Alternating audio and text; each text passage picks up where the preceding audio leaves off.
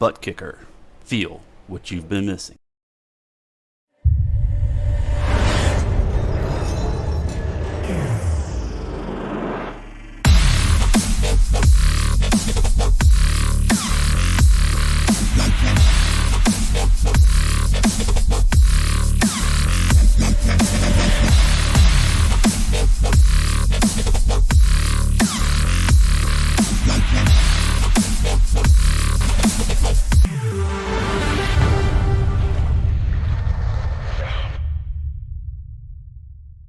Get yours today at thebuttkicker.com and be sure to use our 20% discount promo code ISCA20.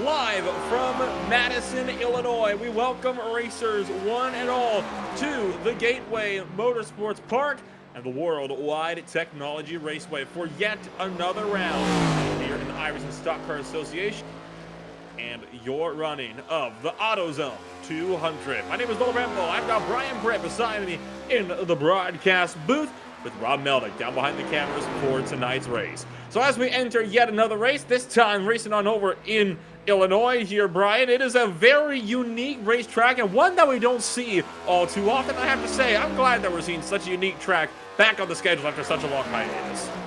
Yeah, this is definitely a very unique track, very tricky for sure. There's going to be probably some shifting going on out there on this racetrack, and interesting the lap times here. You see, 33 second, 34 second. This is a 1.25 mile track, so usually that's kind of the times you would see reserved for a 1.5 mile track. So very technical racetrack this is here tonight, Nolan. And at the moment, we'll get into all what this means for the track later on, but for the moment, there is a lot to talk about because there has been very, very big news this week regarding how your championship order is going to be shaking up exiting tonight's race. Frontline have made the announcement that they are pulling out. They want to focus on Road to Pro full time, so Frontline is retiring from full-time commitment to the ISCA, which means your top two runners in the points, Justin Levine and Noah Bitts, are both out of the running for a championship. Even bigger news still is that Chris Pfeffer, a driver who is still planning on racing regularly, is not present here tonight. So all of this means that the G&G duo of Kenny Powell and Chris Johnson, as well as legacy driver Clayton Hoffman, they are all getting set just 10 points away from each other to make a serious run for the points lead. All of them 56, 60, and 63 points out of the points lead respectively. But obviously, we know that there's at least 60 points that can be gained for one of these races here tonight. So all of a sudden, there is a lot to play for from Gateway. Yeah, there certainly is, and I'm noticing some interesting things when these guys are out here in their qualifying laps, looking at the front ends of these race cars. I know I kind of touched on it a little bit before the broadcast started, but you can see that the noses of these cars are raised up in the air a little bit. I'm curious what advantage that's giving these guys. Could be allowing for a bit more air to be flowing back to the rear of the car, allowing that back end to rotate just a little bit more. Can be very, very crucial around a track like this. There are some significant cornering differences. You got turns 1 and 2, which, while they are tighter than 3 and 4, are banked quite a bit more as well. That being said, we are still seeing drivers downshifting from 5th to 4th gear in both ends of the racetrack. And giving you an idea of how the speed differences shakes up, at the moment, Felipe Radojic had to back up to about 110 or so throughout turns 1 and 2, but was able to hold it at about 120 all the way through 3 and 4. So you can actually carry quite a bit more speed around through 3 and 4 despite having a lower banking just because of the raise of the corners wider. Yeah, that definitely helps out quite a bit. You know, that radius don't have to shift, and you're able to, get back, stay on it. But looks like he just completed his qualifying, hitting a 34.008. And what a wide variety of times we're seeing here in qualifying. Curious, I mean, I know me and you kind of discussed it. You said that lap times really don't matter here in, qualifying. You think that the race pace is going to be clearly going to be the biggest thing here, especially with how important tires are. That being said, I think it is safe to say that one driver that's going to be rocketed away for the field is going to be that of Clayton Hoffman. He was about a quarter of a second faster than Mark Padgett in practice, and already almost 1/10 up on Eric Kling in qualifying. So it is clear that 92 car is going to be the biggest competition standing between these drivers and victory lane tonight. Qualifying coming to a close. We'll take a quick step away. It's time for the national anthem.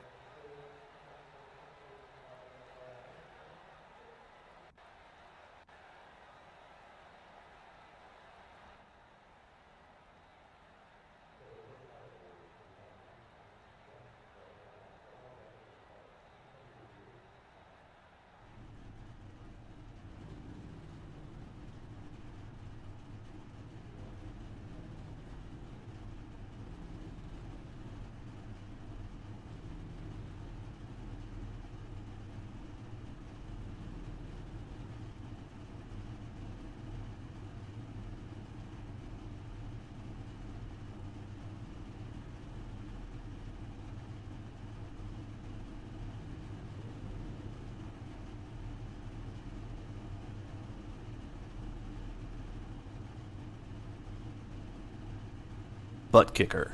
Feel what you've been missing.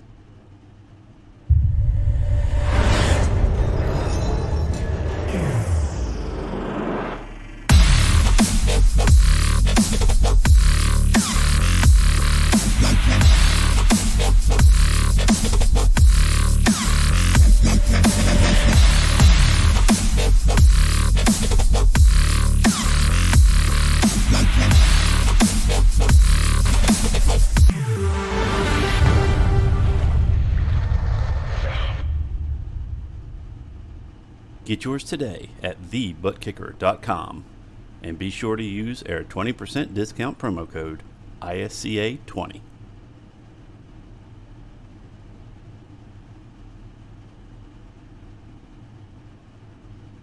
Well, apologies for the slight technical difficulties. It's a rather interesting United States of America national anthem there, isn't it? It really kind of drills home capitalism as the name of the game here in the US of A here, Brian.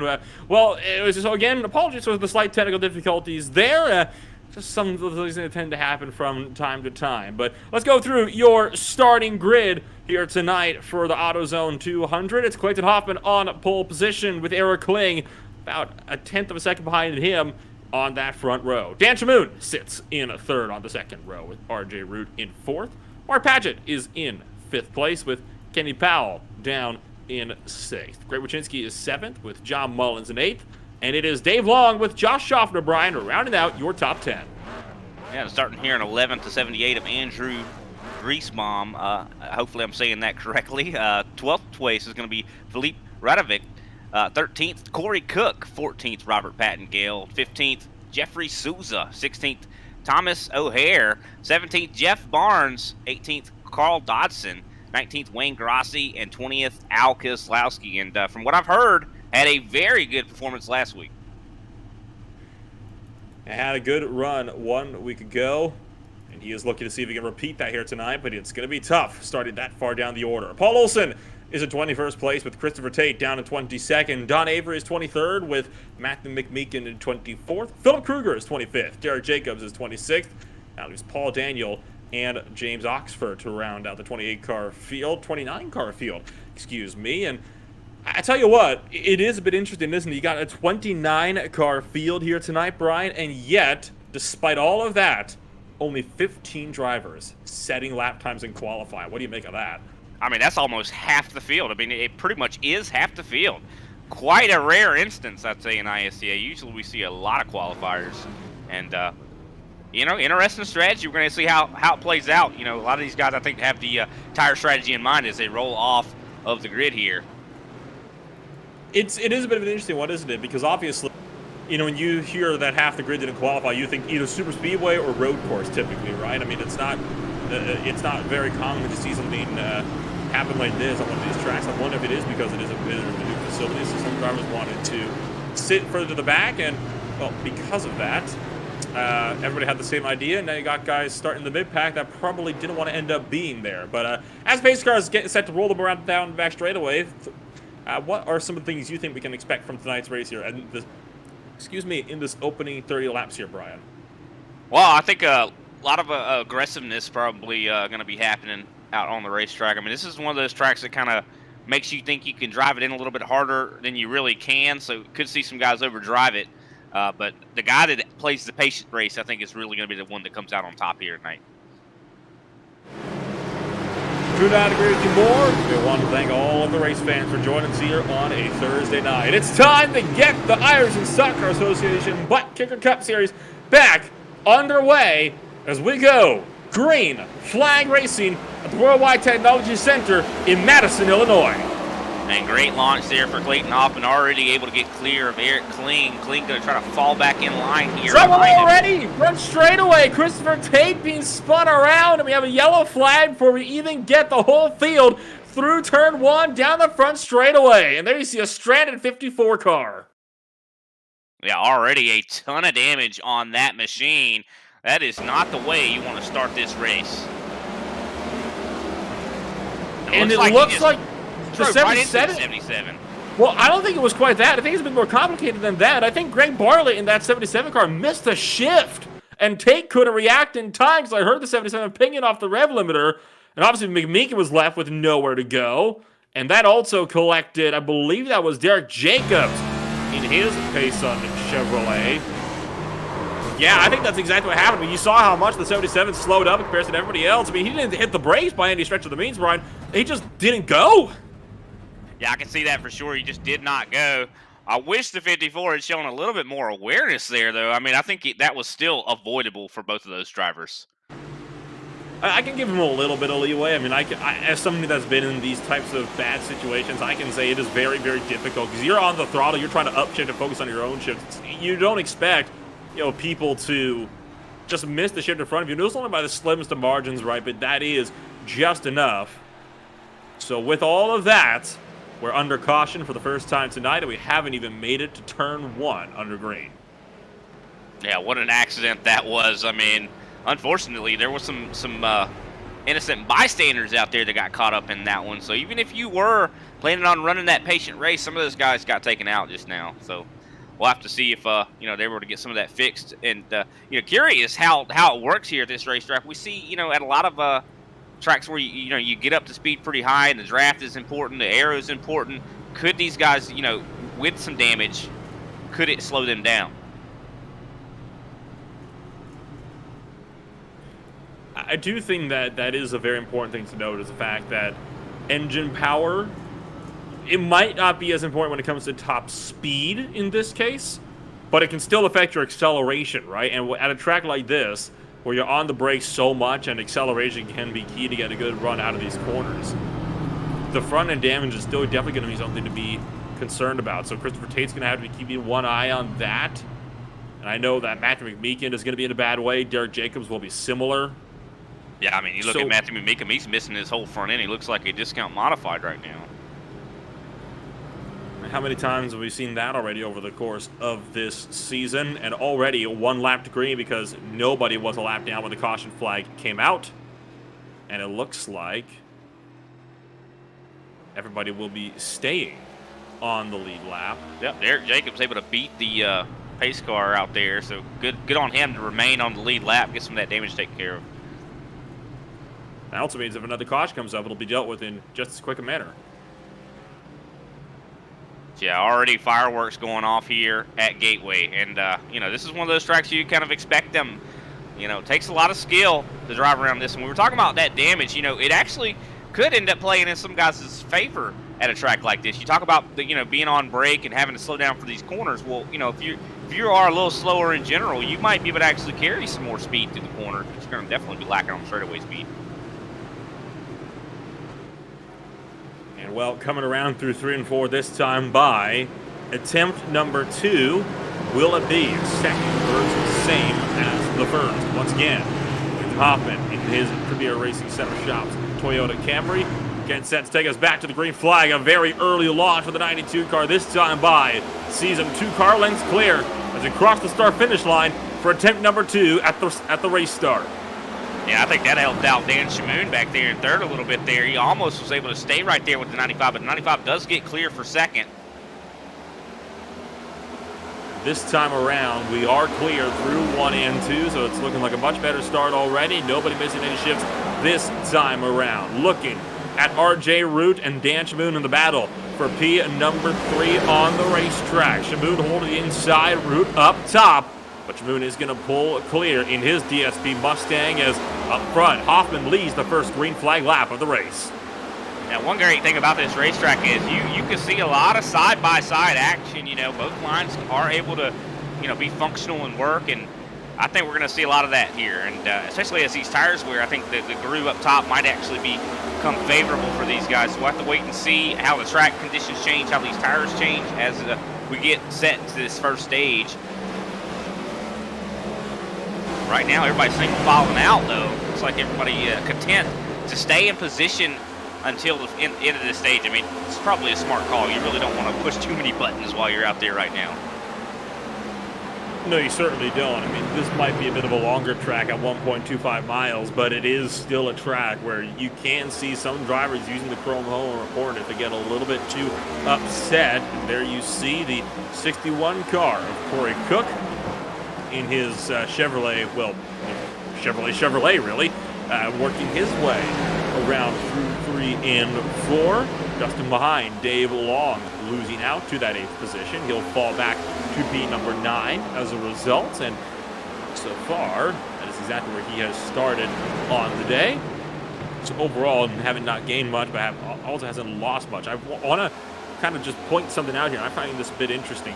So far, the top 7 are all still within where they've started earlier today, Brian, save for 8th and 10th place. Those are the drivers that have changed hands so far within your top 10. Just those 2. I find that a bit interesting. That really the Midpack's been moving. Yeah, it looks like a lot of guys doing very good. I think this racing here is very nice to watch, very entertaining considering you will see passes like that. I mean, Corey Cook made that pass look pretty easy on Dave Long. I mean, these guys have options here, and I love to see that. There definitely is a hornet's nest back here further. And you see the 99 of Philippe fighting with Jeff Barnes. A little bit of switcheroo for position there. Philippe Radojic letting Jeff Barnes go down into turn number 3. It has to be careful, though, that it doesn't let Don Avery slip through as well. The 11 car could not get a run around the top side. Now going to look to the inside of the iFly Chevrolet as there you see one driver exiting pit row. That is Christopher Tate, who had to come down for a second time. He now finds himself, I believe, 3 laps down as of now. So unfortunate for Tate, and it's not the only battle. Caution flies again. Second caution is out. And it is James Oxford in the 982 machine, I believe, that has brought out our yellow flag for the second time today. You see him stopped up in turn number 2. And it looks like, Brian, this time, a self-inflicted error through and through. Yeah, taking a look back at that now. And it does look like, yeah, he just lost it all of a sudden. I mean, You don't see a lot of cars break loose like that. I think he might have downshifted or something a little too early. And then you also saw he was heading for the inside, but as soon as the transition flattened out and he hit the grass, well, the car's already shooting around by the time he hit the grass, so he actually kind of rebounded off of the curb, and that's what caused him to overcorrect up into the outside wall, and I think it was Derek Jacobs that got a small piece of him. We'll look on board with Oxford. Yeah, just lost it very early in the corner. Then obviously at this point there's not a whole lot you can do, and just gets nicked right at the end as he slid back up the track by, I do believe it was the number 27 Chevrolet that went around. And in fact, I wonder if Greg Bartlett also might have gotten a small piece of that mess.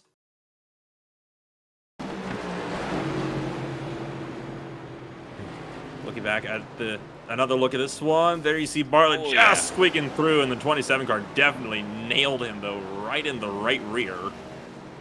That puts under caution for the second time today. That's 2 cautions in just 12 laps. We talked about how this is a brand new facility, but I don't think this was quite what we had in mind. Definitely not. Looks like some guys did elect to maybe take a trip down pit road. So even though we've had some cautions in quick succession, guys that have picked up damage, this is an opportunity for them, for them to get some of that took care of. While we're under this caution period, I want to quickly see if we can't talk to one of these drivers under this caution period. Well, why don't we talk with the only driver so far in the top 10 that has been really on the up and up. Corey Cook started 13th. You're now P7 plus 6 on the day for you in just 12 laps. And with half of those laps being run under the caution period, I'd say that's pretty impressive so far for your run. Yeah, I'm very happy with the setup. Ryko once again put out a great step this week. So what do you think? You got any plans here for the rest of this stage? Do you think you planned on having any spot in particular you want to find yourself up in? Honestly, the better and the further up the field, the better. Preferably want to be in that first spot, but I'll take whatever I can get. It has been a while since we've visited the Worldwide Technology Raceway. Why don't you talk about us through what some of the challenges might be? Do you think it might be potentially the fact that it is a relatively new track that is kind of catching some people out tonight? I think for one, that entry into turn 1 is very deceiving. You think you slow down enough, but then your car starts shooting at the track, and I think that burns up your tires a lot. So that and burning up the tires, that hurts your car. And turn 4 and turn 2 are actually pretty loose. I don't know if that's because how flat they are or just because how the track is made. Well, hopefully you'll be able to navigate those safe and sound and pick up some solid stage points, if not a stage win, by the end of these opening 30 laps. Before we let you go then, Corey, anybody you'd like to shout out for that number 61? You guys have put it on the show, for letting me race with y'all. Ryko for the setups, and NASCAR or iRacing for bringing the next gen. Thank you, Corey, for taking the time to join us. Best of luck in the rest of the stage. Thank you. That was Corey Cook, currently sitting P7, I believe. He'll be starting inside line on this restart, as I do think we are hitting 1 to green this time. Yeah, and so far, we've seen that inside line be very strong on these restarts, so would not be surprised to see him maybe get some more positions here. Definitely a lot of confidence, for sure, out of Corey Cook, and a lot of times confidence can get you places. It's the confidence that you really want to see in drivers like these, right? It allows them to be able to be that much more aggressive, especially when it comes to later stages in the runs. And, well, you heard Corey there. He just plans to kind of take everything in stride and make up as many spots as he can over these next 15 or so laps. Yeah, I just love the competition that we have here in ISCA. Definitely missed it last week. I know I was out, had that COVID, so had to take COVID protocols to keep Nolan here safe. But definitely missed it. I mean, the competition level we have here, the amount of respect all these guys show one another. I mean, I know we've seen some accents here tonight, but these guys are some of the cream of the crop of iRacing. Love to watch them. Coming around through turn 3, and it'll be restart number 3 in the Advanced Auto Parts 200. Once again, Clayton Hoffman holding the field in his control. He is clear. And how about Eric Kling not going? So Shamoon's already clear of the number 95. RJ Root looking for the inside into turn number 1, and he will get there. So Kling looks set to lose 2 spots before he even gets through turn 2. Yeah, you don't want to see that, that's for sure. Very easy to mess up your restarts here, apparently. It just seems like very easy to be caught off guard. But RJ not able to get underneath him. Kling able to... Oh, no, he's getting a huge run up to him. Kenny Powell giving him definitely sitting right there behind him, pushing him along, trying to get around Kling here. And caution flag again, once again deeper in the field, and it's McMeekin, I believe, that brought this one out, as you see him spinning down. And tell you what, it has not been the cleanest of restarts here for the ISCA in Louisiana, has it? It was Carl Dodson, I believe, that might have kicked this one off, Brian, just ahead of him. Got a bit loose, and nothing McMeekin could do. Yep, oh, just like what happened earlier. So this time, the 88 car, innocent bystander. That's a huge lick. Yeah, that's it for him. I'd say he's done. And there was nothing, absolutely nothing McMeekin could have did there. I mean, it was all pretty much on Dodson. And you got to cut Dodson some slack anyway, too, because, I mean, he was out of control. What was he to do? It's very easy for these guys to go careening out of shape here at this racetrack. Third caution of the day. Starting lap number 17 now in the field. Your running order remains virtually unchanged throughout the entirety of the top 5. It's Hoffman, Shaboon, Kling, Root, Powell, and Paget have swapped places for 5th and 6th. Corey Cook still runs in 7th. Wachinski is 8th, first driver to drop spots. Then you have Andrew Grisbaugh, as well as one Jeffrey Souza now in to the top 10. Let's take a quick step away. We'll be back in a few moments with the restart.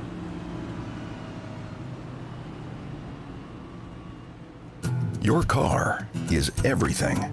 Your taxi, your moving van, your baby. And for over 30 years, AutoZone has had the parts you can count on to keep it going. But parts are just part of what we do. We're part buddy, part mentor, part of the American way of doing things. So whether you're Mr. DIY or a master mechanic, AutoZone has your back. Parts are just part of what we do. Get in the zone. AutoZone.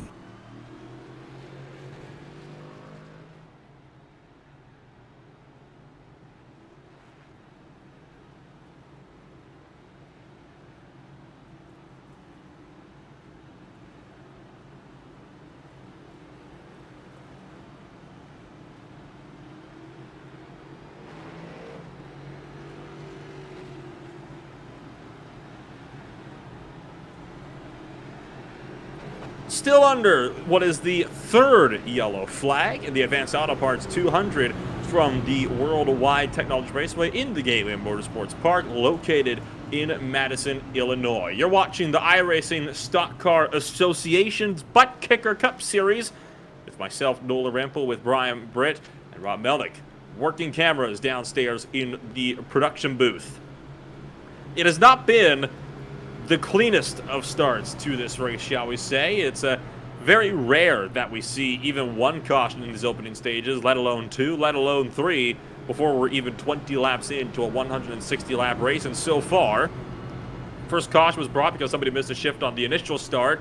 And the 2 after that, Brian, have been brought by people just looping it all by themselves on corner entry. 1 in turn 1 and 1 in turn 3. So no particular trouble spot on the day. And we talked about how Corey Cook mentioned that it's very loose on entry to 1 and 3, and I think that combined with the track temperatures of 93 degrees Fahrenheit is catching quite a few people out here today.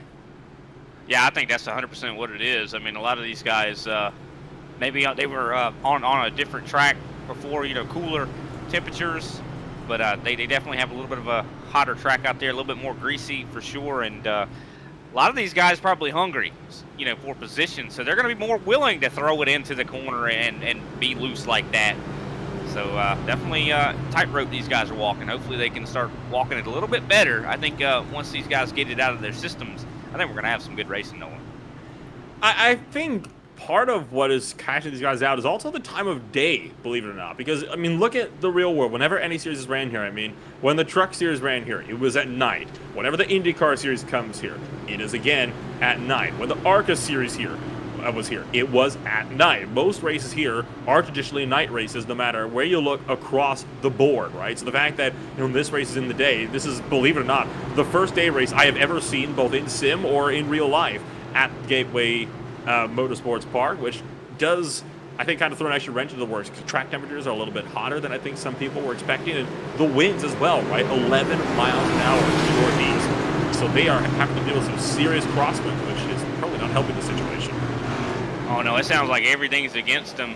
But Clayton Hoffman, like a machine, has another phenomenal restart, gapping him.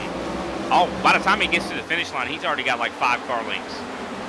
Well, Clayton thought about 3 wide, and then turn 1 up the inside of Dan Shamoon, opted against it and backed out in the last second, but Shamoon just did not go. And now that's going to allow RJ Root to clear around the top side, and you see Kling fighting it out now with Mark Paget as Eric Kling looks to slip a little bit further backwards inside the top 5. He'll have the inside of 3 and 4, but don't think he can realistically make anything of it. Out of turn number 4, Hoffman leads the first lap back as Mark Paget continues to duke it out with Eric Kling. 10 to go in stage 1. Yeah, Mark Paget's doing a great job getting a great run on the entrance to that corner. He's able to get clear for 4th place, and a lot of it pretty much settling out. Oh boy. Another caution, and once again, drivers in the rear of the field, and not sure who was at the start of this. I know Pattengill was involved. Oh, there you see the 29, and I think that was the 81, Philip Kruger, actually, that kicked all of this off. And was that with contact? Just at the self-spin, it would have almost made sense for that to be a self-spin through the middle of 1 and 2, but it was not. Oh, right there. Hip checked by Jeff Barnes in his Pepsi Chevrolet, and that sends the Mad Aussie Motorsports Vegemite car into the outside wall. Yeah, Robert Pattengill laid on the brakes to try to avoid that. Did get some damage on the outside wall, but I still got to give him a pat on the back for able to, really slam on the brakes to minimize what could have been in that accident. Man. You see Robert right there slowing down, hitting the outside wall a little bit there. Still, it could have been way worse for him. He could have hurt that car a lot more.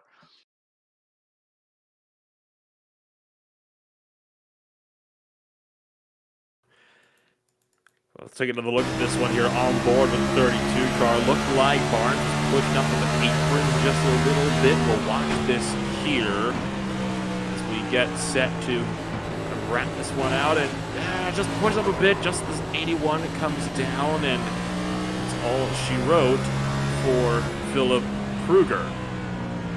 And now, while we are under this caution period, why don't we bring up another driver so far that has been having a rather interesting night, I would imagine, so far, along with some of the other guys in the field.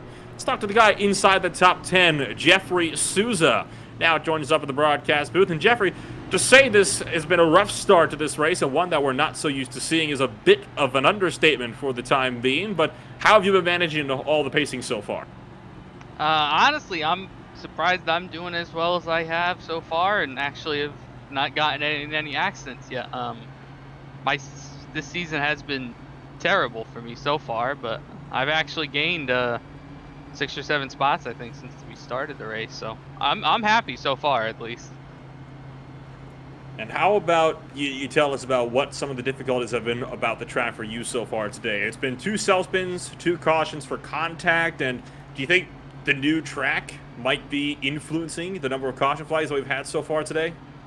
Yeah, I think it's just it's a tough track to begin with, and then this car slash tire model is very sensitive on the restarts, early, cold tires, and I think from what we're seeing, a lot of people are just being way too aggressive, trying to clear each other down in turn 1 before they can.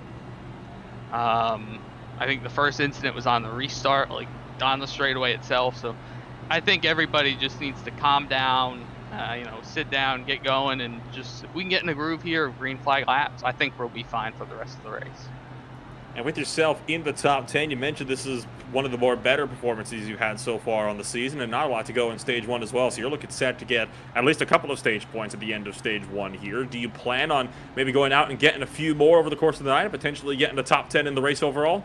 That's the hope, just to be in a position to hopefully pounce, and I'd like to, top 5 be nice. I haven't run any races here this week. I ran about 300 laps with the guys this weekend, but Haven't really run much here during the week, so I'm hoping for just a solid run. Like I keep saying, it's just getting there, getting to the finish in one piece has really been the mission after how this season's started so far.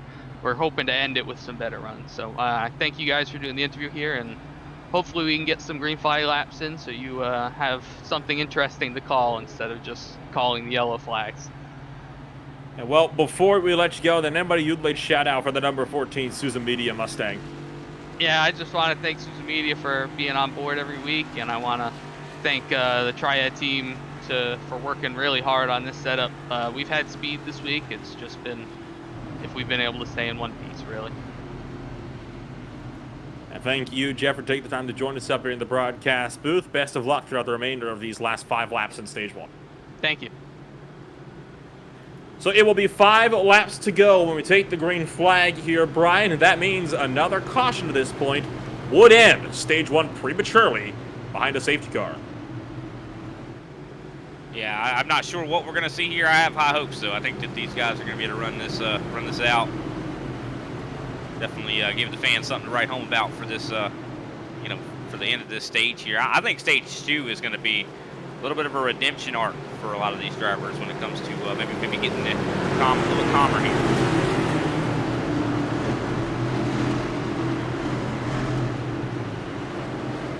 Green flag is out. 5 laps to go here in stage number 1 of the Advanced Auto Parts 200. Hoffman once again breaking away well. And the field fans out down in the turn number 1 for the 26th time today. Corey Cook looking to make his way up the inside of Kenny Powell down the back straightaway. Meanwhile, you saw Josh Schaffner just tucked in line. Looks like Cook will be forced to do the same. Yeah, it seems like you have to get a monster run to be able to actually try to pass someone on the inside. It's very difficult to maintain that momentum on the exit. So he is just going to have to line right back up there in 7th and stay there where he's been for a lot of this race. There you see Wayne Grossi losing out on a spot to Thomas O'Hara in the 117 machine, as I'll put Grossi back down to the 17th position. O'Hara looking for the inside of Jeff Barnes. This is all for 15th place. Up the road, Don Avery, you can see up the inside of Dave Long into turn number 3, throwing his number 11 machine into the corners. Coming around to 3 to go. This time by pit road will close at the end of the next lap, Brian, and it looks like this stage might be finishing under the green flag. Yeah, I think these guys have definitely learned a lesson here. As we see some change of position, RJ Root fighting for 2nd place. Able to make that pass happen on Dan Shamoon. What a move. Bit of a lockup from Shamoon, sent the 23 wide, or the 55, wide through turn 1. That allowed Root up the inside. Pit road has closed. We are 2 laps to go in stage 1. And a lot of these leaders, a lot of the field really hasn't pitted and taken any tires. So these guys are, even though they've been starting to stop it on these cautions, they still have probably some tire wear on these machines. You see Carl Dodson losing a couple of positions. That's 2 to Philip Kruger and Christopher Tate. Those are all drivers that have been collected at the incident. Same story as Robert Pattengale, who makes it a 3-position loss in 1 corner. Well, up front, we start the final lap of stage number 1, and there is Eric Kling and Corey Cook looking to go side by side, entering turn 1, and Kling backs out, wants no part of any battling. He's just trying to take it easy. Yeah, it could be a smart call as we see some really close racing between Josh Schaffner and Greg Schaffner Greg Wachinski right behind. These guys are getting really close. Hello. RJ Root going for the lead into turn 3. This is for the stage 1 win, and Root is gonna just get there as the caution waves. A crash somewhere on the track right when I think Root took the lead away, and there was a big wreck back straight with Pattengale, Olsen, as well as Tate involved, and likely more. Wow. What a move for RJ Root. I mean, he is definitely making his presence known here in the ISCA with that move. Yeah, but looking back at that accident, it looks like the 54 of Christopher Tate lost it all on his own in front of Pattengale. Oh boy, and you see Olsen just got loose, scrambling to get around that. Was this another self-spin then? I do believe it was from the 54 of Christopher Tate. Walk us through it here. I'm looking at it right now. We see Tate, yeah, just loses it right on his own, and it wasn't really on the entrance of the corner like what we've already seen. It looks like I don't know what happened there. Maybe he shifted too soon or something like that. I was more towards the exit of the corner, but just lost Getting it on the all power, on his own maybe. there. Yeah, getting onto the power maybe a little too soon. Could very well be the case. This is one of those tracks where you want to treat that gas pedal like it's got an egg underneath.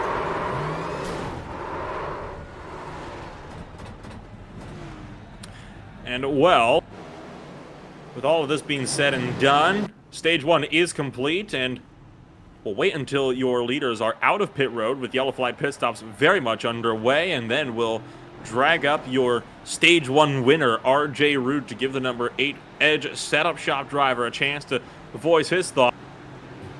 And now that they are out of pit road, we're going to do just that now. RJ Root joined us in the booth, and RJ, what a pass for you, making that complete right as the caution flag flew, just barely nicking you a stage 1 whip. Yeah, that was a really fun race. I feel bad for Dan because Dan was faster than me, but he got a little loose, and the cards played into my favor. Well, how was the first stage overall? Because I know there was a good portion of it spent under the yellow flags, but apart from that, you seem to look like you were having some serious fun out there in the number 8 car. Yeah, the first stage was relatively boring because we did spend so much time under caution, but the little bit of racing driving from the 4th up here was a lot of fun. And well, with the caution coming to a close here, I'm going to wrap this up, make it short and sweet. Anybody you'd like to shout out for us here before I let you go here, RJ? I'd like to shout out Edge Setup Shops for the amazing car again this week. And thank you for taking the time to join us up here tonight. Congrats on the stage 1 win. Best of luck in stage 2. Thank you. A little bit of news going on up here in the front here. Souza, I think, maybe only took 2 tires. Nolan, could be. I mean, because Really? he made up a lot of positions here. He is in first right now. 6.6 seconds stop. I don't think that was 2 tires. That was fuel only, Brian. Yeah, interesting call here. I don't know if that is a good call. We'll have to wait and see. But definitely going to be a sense of urgency of the guys behind him to try to get by him cleanly.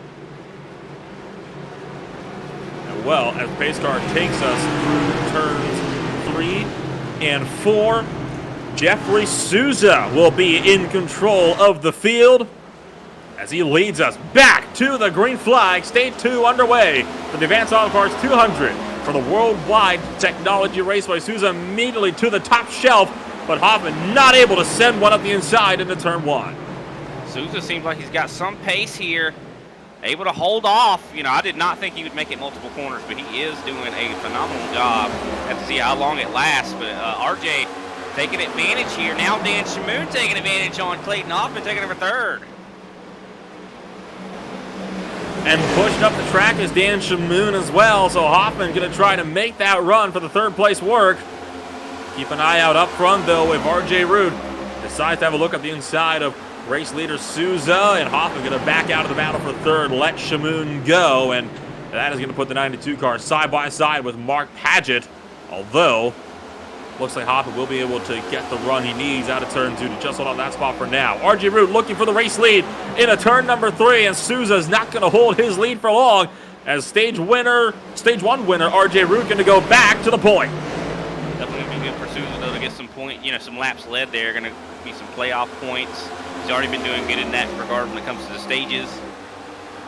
But definitely looking like Hoffman struggling in the dirty air. I think that he was really benefiting from clean air before. It looks like not anymore.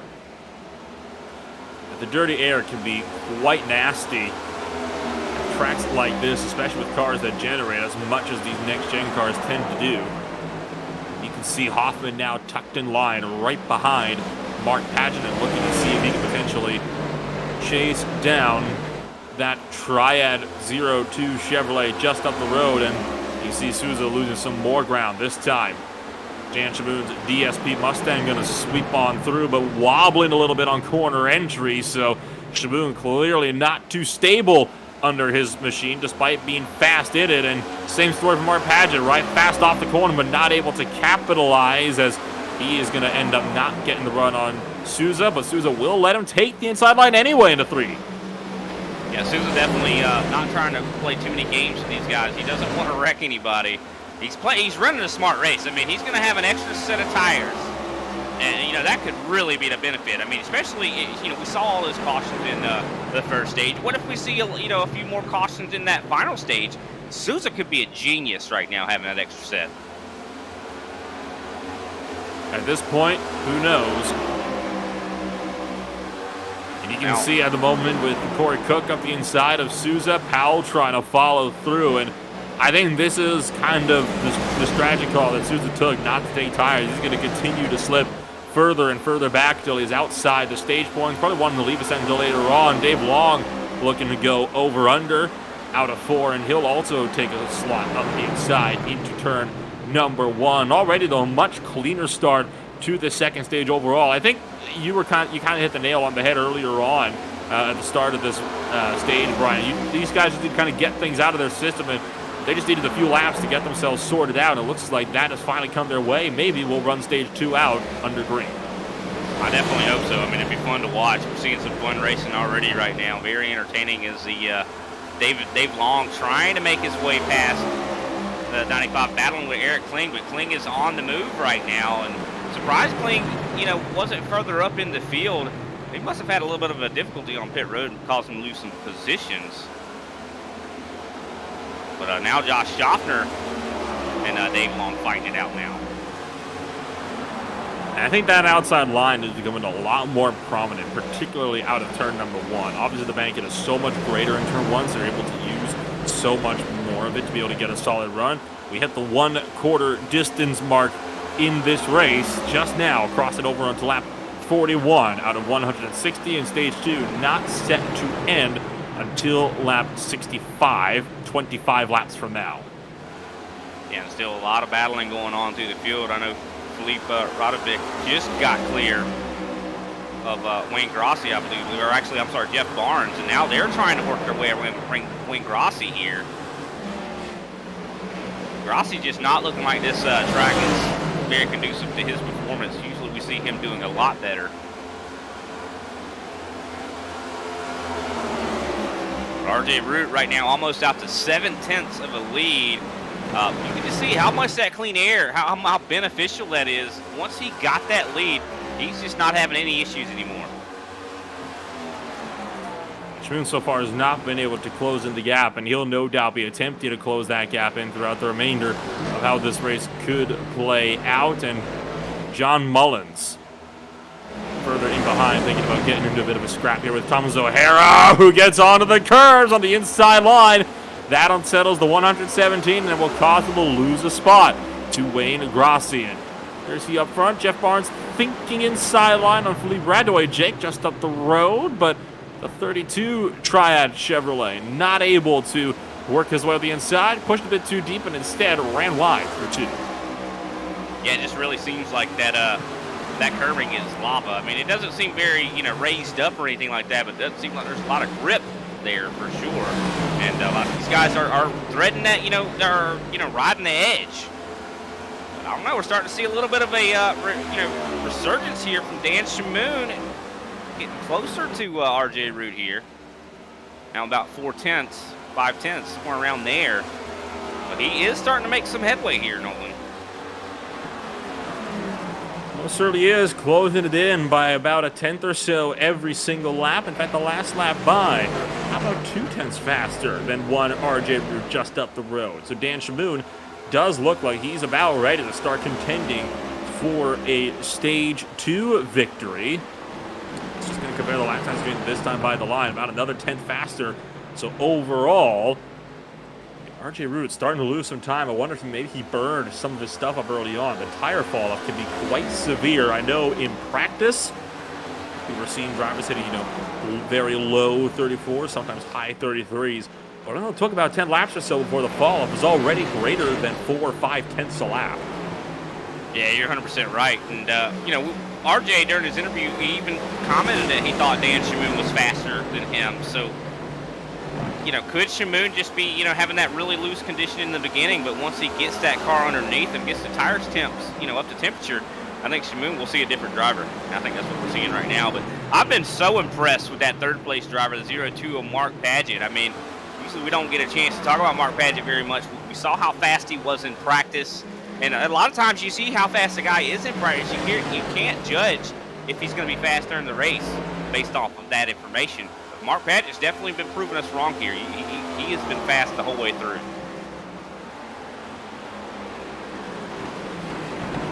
Looking like he could also be a significant threat trying to go for a stage 2 victory. Now this is trouble for RJ Root as McMeekin getting in the way of lead lap traffic, but he is slowing up for them. Entering turn number 3, wanting to let all of these drivers through. McMeekin not wanting to play any games as lap traffic. Not going to make a big fuss about it. He's just going to let them all through. Well, maybe not Mark Padgett so much. He'll get him by out of 4. It's going to cause Padgett to lose a little bit of time, but still has more than enough time to reel that gap back in, especially if Shamoon and Root start to go side by side. Yeah, for sure. I mean, definitely unfortunate for Padgett there. He lost like a tenth, I do believe, because of McMeekin. But, I mean, where does McMeekin go? I mean, it's so hard to know where to go here, what line these guys are running and what they prefer. So, I mean, I don't really fault McMeekin in that one for sure. But Padgett just needs to be patient. Like you said, watch these guys. They go side by side. They'll slow each other down. Kind of be patient. Wait to the patient man sometimes is the one that ends up winning the race. So, Mark Padgett just stays in position like he is right now. I mean, he's leaving Clayton Hoffman, and I'm so shocked to see how poorly Hoffman's doing right now. Oh, look out! RJ Root sideways out of 2 and sliding down into the grass, saves it and keeps it out of the wall with the number 8 car having some major issues, and that will hand the lead to Dan Shamoon on a silver platter. Yeah, that was the easiest pass for the lead he's ever made. But got to definitely give a lot of credit to RJ Root, able to save that machine and only fell to 6th place there. I mean, he's right back at it, trying to chase back down Corey Cook. Got to definitely shout out that machine there. Definitely excellent driver behind the wheel there. We've seen accidents like that happen, and it literally causes a caution or he destroys someone else's race. But no, he was very good at collecting that machine.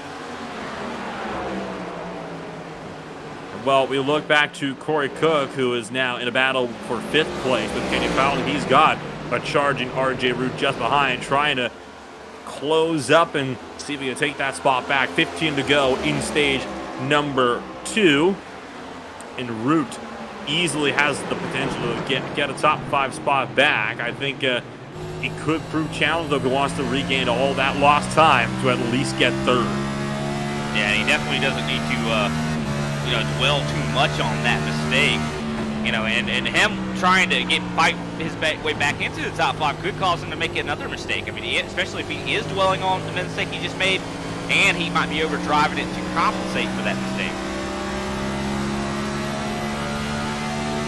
Just can't let it get to your head, right? You have to just recollect yourself, stay with it, and then just power through and hope that you can get there in the end.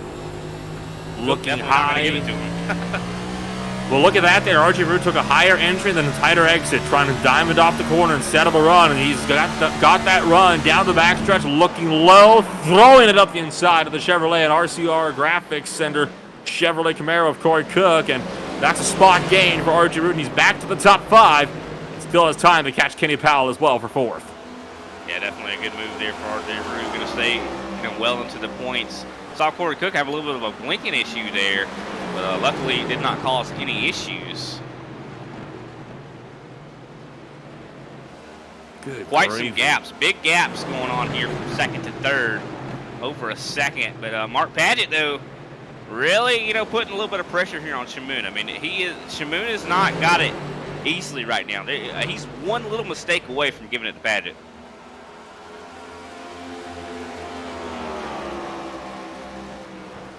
Half a second separating your top 2 between Shamoon and Padgett, with Clayton Hoffman still trying to close up the gap from third place, 1.7 seconds behind the race leader, out 3/4 of a second behind Paget. It's There is a lot of stuff going on back here, back in the 14th position. We see Wayne Grossi trying to get around Matthew Meekum, that lap car we spoke about earlier. A lot of bottlenecking going on back here. You see Philip Kruger able to get around now, but it looks like those guys are able to safely navigate through that lap traffic. It's looking a bit hairy there for a second, Nolan. Avery's got a run on Kruger here down the front straightaway. Could he have a look into turn number 1? The 11 Toyota Camry thinking about it, doesn't commit. Rossi is going to commit to a pass on the inside, though, of Philippe Radojic at the head of the train, and that'll promote the 7 car, now up to the 13th position. Very loose off the corner was that 99 of Radojic. Definitely some handling conditions for a lot of these drivers out here. And, you know, this is about the most tire wear I think any of these drivers have dealt with thus far, considering we haven't seen cautions during this stage. And the caution flag flies. I shouldn't have said anything. That is the broadcaster's curse right there, as soon as I say it. Had a hard time figuring out what caused this caution period. Trying to look for that now. And I'll get back to you guys about that one in a moment. Oh, Grisbaum just pulled it off. And from what I'm hearing, the possibility is the fact that somebody might have stopped on track to retire, and that is what brought the caution out. I'm still looking around trying to find, so I honestly can't find anything. I think this might be a phantom caution here, Brian. Yeah, I'm not seeing anything either. I mean, I could understand if someone did just pull to a stop, but I don't see that. You hate it when that happens. I mean, because you're, you know, I'm sure it's obvious if we looked enough. We keep looking for it, no, we can't find it. But I shouldn't have said anything. It's a phantom caution. It was because I was talking and the iRacing gods were listening. At this point, who knows? Well, with this all in mind, let's take a quick break, and we'll be back in a few.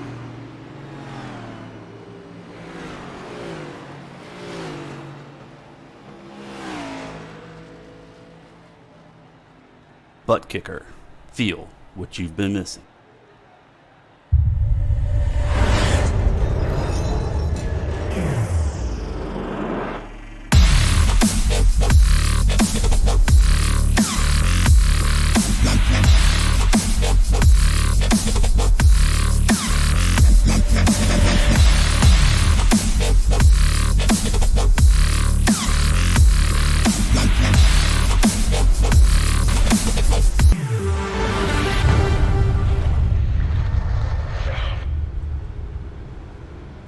Get yours today at TheButtKicker.com and be sure to use our 20% discount promo code ISCA20.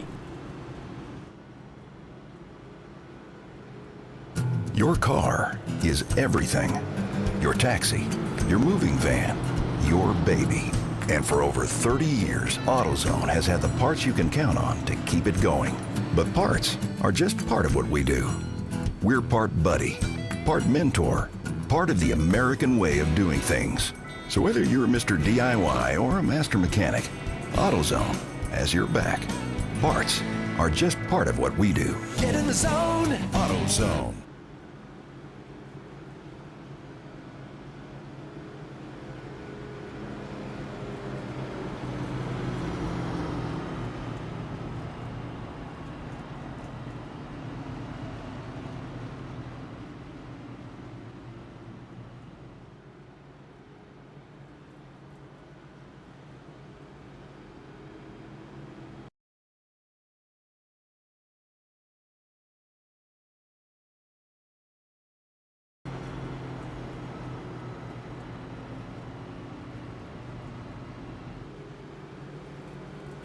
Well, under that caution period, we found out what the cause of the yellow flag was. Paul Olsen is the cause. Had a self-spin through turn 2 on the exit, and just found himself not even hitting the wall, but he tried to reset before the caution could come out. Bit too slow, though, on the old escape key there, Brian. Yeah, unfortunate there, but luckily, you know, nobody got caught up in that or anything like that, and it's going to provide us a very entertaining end to this stage. I mean, going to be a very short shootout here to the end of stage 2. Curious, you know, could we see someone else win this thing? Can Shamoon hold on? It'll be very interesting to see how this all plays out. Lights out on the pace car. It will be 5 laps to go when we take this green flag, meaning another caution and stage 2 under the yellow flag. You saw stage 1 end, well, I don't want to say early, but it ended 1 corner early. Do you think we'll get something similar here? Could be. I mean, I think these guys, like you know, we talked about before. I think these guys really have resolved their issues, figured out what they need to be doing better, and you know, I think we'll finish this one under green, Nolan. I want to bet on these guys.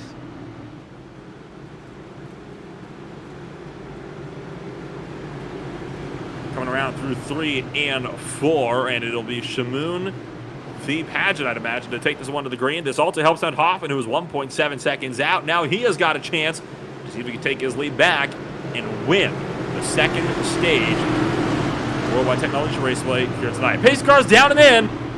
Shamoon holding up the field. Now he'll launch her back to green for 5 more laps. What a start for Paget, though. He was able to stay right there with him. Looks like he's not able to get through the gears quite as well as Shamoon there, but he was sticking right with him there for quite a second. Kenny Powell getting a huge run up to Clayton Hoffman. Gonna maybe challenge on the high side. Hoffman is challenging Mark Paget. Not able to get there, though. Was so close to getting there. See Josh Schaffner showing up into the top 5. Able to get clear of RJ Root.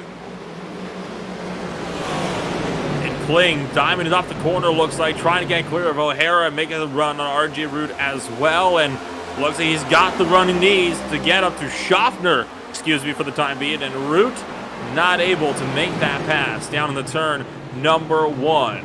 4 laps to go now in the stage, and RJ Root under fire from Eric Kling.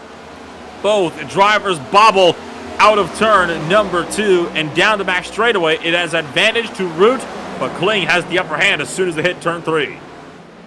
There's a lot of jockeying for position going on. Mid-pack, I mean, huge groups of cars all battling. Keep thinking maybe a caution could happen here with Ziak Kozlowski going a little bit slow. It's 54 trying to get above him. Definitely a lot of opportunity for a caution here. Ooh, might get it here. He catches it. What a save there. And Corey Cook, he's going to have patience and not. He gave him enough time to get that car corrected. That was good on Corey Cook. And Radojcic now going to be going down to pit road. Looks like he's bailing out as we're about to close pit road here. This is not going to be good for him. Yeah, definitely not. I'm not sure what he's thinking there. Maybe trying to short pit the stage, but didn't realize pit road was closing. Pit road is closed. Now the question is, did he make it to pit road in time? We got a really big battle going on for 3rd place right now. Kenny Powell and Mark Paget side by side.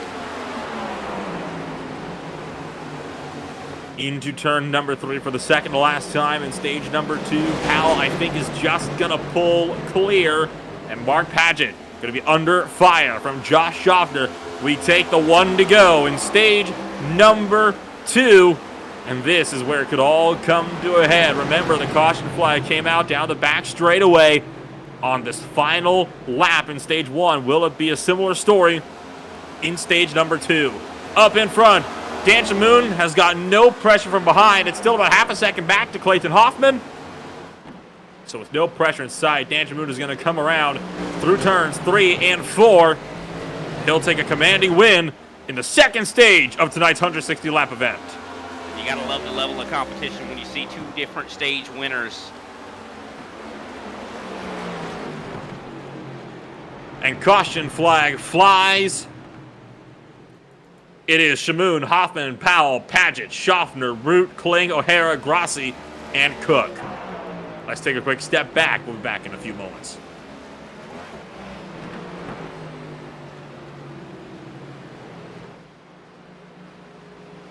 ButtKicker. Feel what you've been missing.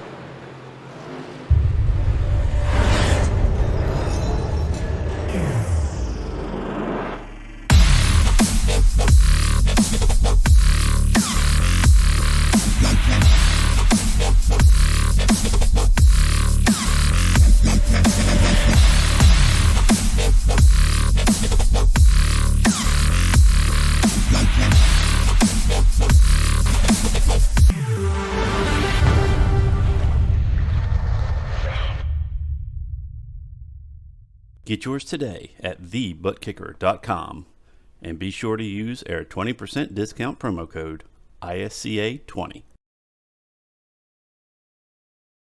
Your car is everything. Your taxi, your moving van, your baby. And for over 30 years, AutoZone has had the parts you can count on to keep it going. But parts are just part of what we do. We're part buddy, part mentor, part of the American way of doing things. So whether you're Mr. DIY or a master mechanic, AutoZone has your back. Parts are just part of what we do. Get in the zone. AutoZone.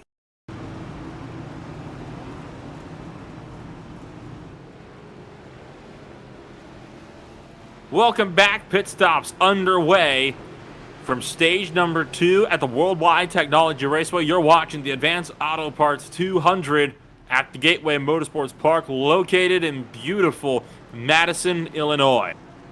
What an ending to the second stage of tonight's event, and we still have got just under 100 more laps of racing action left. With stage 2 winner Dan Shamoon out of pit road, well, I was going to say let's give him a chit chat, but he is not available for a chit chat at that. So why don't instead, looking around, I can't honestly see anybody that we haven't talked to a whole lot yet. So why don't we look at how things are kind of shaking up for the rest of this race, right? We haven't talked pit strategy all too much yet here, Brian, and of course 54 laps estimated on the fuel windows we saw in that race graphic we put up earlier in this race. That, we were talking about, makes the strategy pretty easy. Run the tanks till they're dry and then just top up again once they're empty, and then you're good to go to the end. Yeah, well, there's a little bit different call going on for a lot of these guys. I mean, look at the top 6 right now on some different strategies, I do believe. Maybe they took just fuel, but I know some of these guys did not take tires, and if they did not take gas on that last pit stop, they could not be so cut and dry. At this point, it is a bit of a who knows type of situation, right? We already saw some interesting pit strategies earlier today. I mean, look at Jeffrey Souza taking fuel only under the stage 1 caution, so he'd have an extra set of tires for later. You wonder if any of these gambles, though, are actually going to pay off in the long run, because, I mean, stage 2 went a lot longer green than I think we were expecting it to.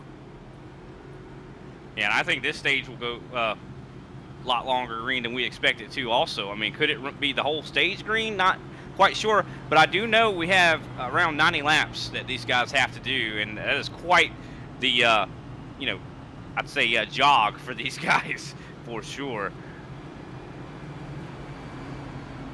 I know Corey Cook has a lot of speed.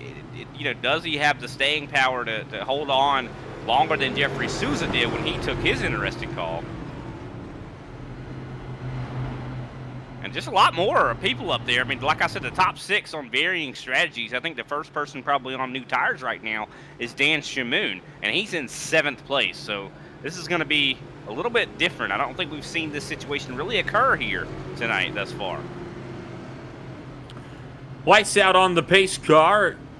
Corey Cook mentioned up in the race lead. He has been one of the bigger movers so far today. The biggest one, though, how about Carl Dodson? Caught up in a wreck really early in this race. I mean really early, right, Brian? Before lap 20. We did not think he was really going to be in the show in it all tonight. Started 29th, up to 3rd. Now, that being said, I don't believe he pitted, and in fact, he hasn't pitted under this latest caution. Neither have anybody else within the top 6, so who knows? Yeah, that's what I'm saying. This is kind of an unknown. He's a big mover right now. Is he going to stay there? I mean, I've seen Dodson before in other races, like, an official, and he's usually very quick. So I have no doubt that he has the capability to stay up here, but I don't know about the equipment right now. And we're going to see, I mean, soon enough here as they enter 3.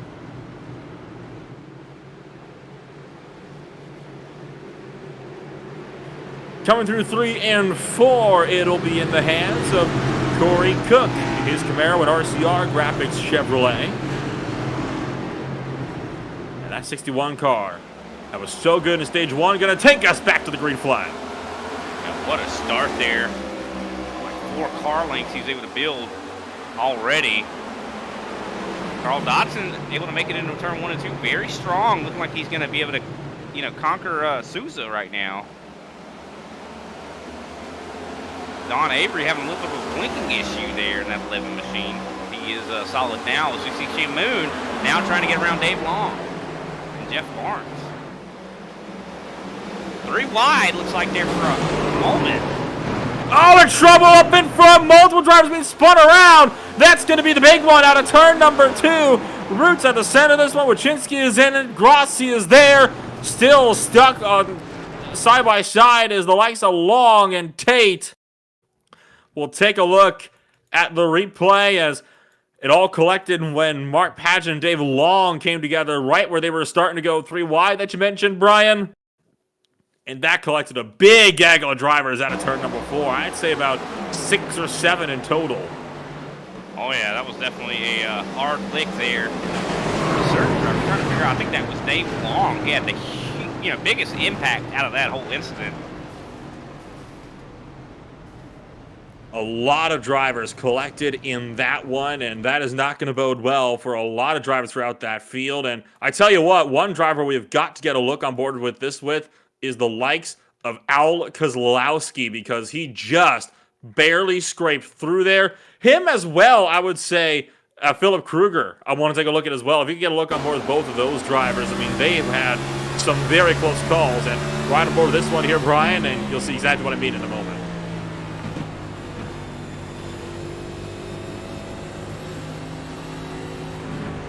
Wow, yeah, seeing all that smoke and just barely, look at the calamity that he was able to drive through there. I mean, there was nowhere to go, but he still found a path through that calamity.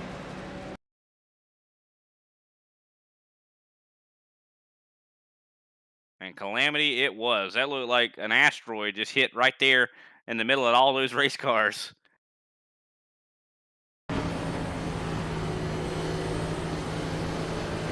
There you can see on board with Kruger, who is right in the midst of this as well. He up on the top side and almost had a bit of a closer moment, particularly with the second portion of that wreck, right, where they were all starting to wreck towards the high end of the racetrack.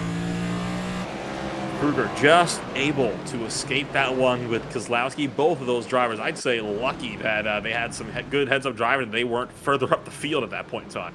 Oh yeah, that could have been definitely nasty. And one thing you can see in that, through those cockpit cameras, how smoky it gets, with all the tire smoke and, those guys locking those tires up. Makes it hard to see, Nolan. I mean, I could barely see myself looking through there. I don't know how those guys managed to make it through that. You pick a line and you commit to it. That's all there really is to it. Yeah, I mean, sometimes you just, you almost got to let, I don't know if you believe it, you got to pray to get through it, I guess, in a lot of ways. I mean, like I said, sometimes it's better just to close your eyes and just see what happens.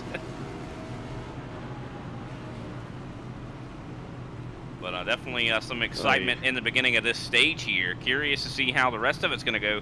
Some guys did decide to pit there that had stayed out. Corey Cook, Carl Dodson, Jeffrey Souza, Don Avery still out front. Those are guys that are on the older tires.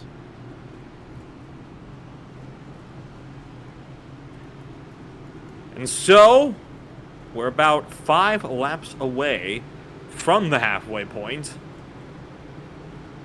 So at this point, why don't we, we'll take we won't take a commercial break, but we'll take a ButtKicker midway race break. We'll go top to bottom of the field before we go green. It's Cook, Dodson in first and second with Souza third, Avery fourth. Shamoon is in fifth with Jeff Barnes in sixth. Hoffman is seventh with Powell eighth. Schaffner's ninth. RJ Root rounding out your top 10. That leaves Kozlowski 11th with Kruger in 12th. James Oxford is 13th with Mark Padgett in 14th. Kling rounds out the top half of the field. Red Bartlett is in 16th with Wachinski is 17th. Pat Gill is 18th with Matthew Beacon in 19th and Christopher Tate in 20th. Rounding our cars in the lead lap, you've got John Mullins, Thomas O'Hara, Paul Daniel, Wayne Grossi, and Dave Long. With Paul Olson, the last car running on the track, as well as the last car, the only car 2 laps down, that is Philippe Radojicic, along with Andrew Grisbaum and Derek Jacobs, all marked as DNFs on the night. And, of course, ButtKicker, proud series sponsor for the ISCA stock car, for the ISCA ButtKicker Cup Series. Feel what you've been missing, and you feel what you've been missing for a little bit cheaper when you go and use the promo code ISCA20 at ButtKicker.com for 20% off on all ButtKicker products. Through turns 3 and 4, it'll be Corey Cook to take us back to green. And Corey Cook going to wait a little bit to go here, but he still catches these guys off guard. I mean, that's one of the keys about a racetrack like this. Very easy to catch everybody off guard. He does exactly that. Carl Dawson staying in second right now as Don Avery and Jeffrey Souza duke it out for 4th.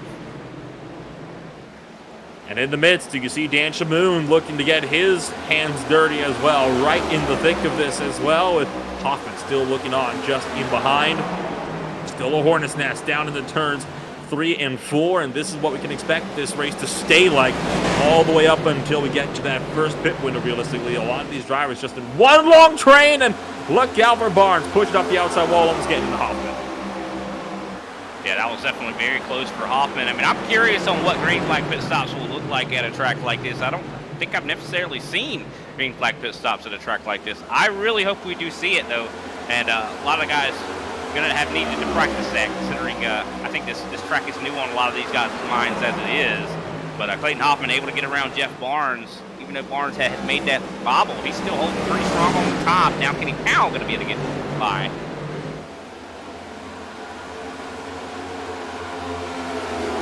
Corey Cook in control still, 2/10 of the gap on Carl Dodson. Dodson staying pretty close to him right now, but Shamoon, almost like the Jaws movie, he is on the way up there. I mean, I'm sure those guys are looking at that relative and can see those fresh tires on the way.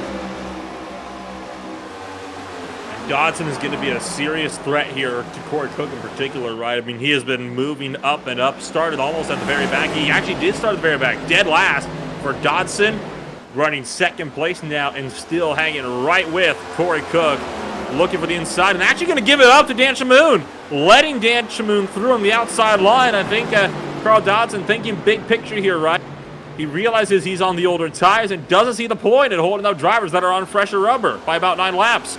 Yeah, that is a veteran call there. When you know your tires are not as, fresh as those other guys, it's best just to let those guys go. And he's definitely, I mean, that's a lot of wisdom in a call like that.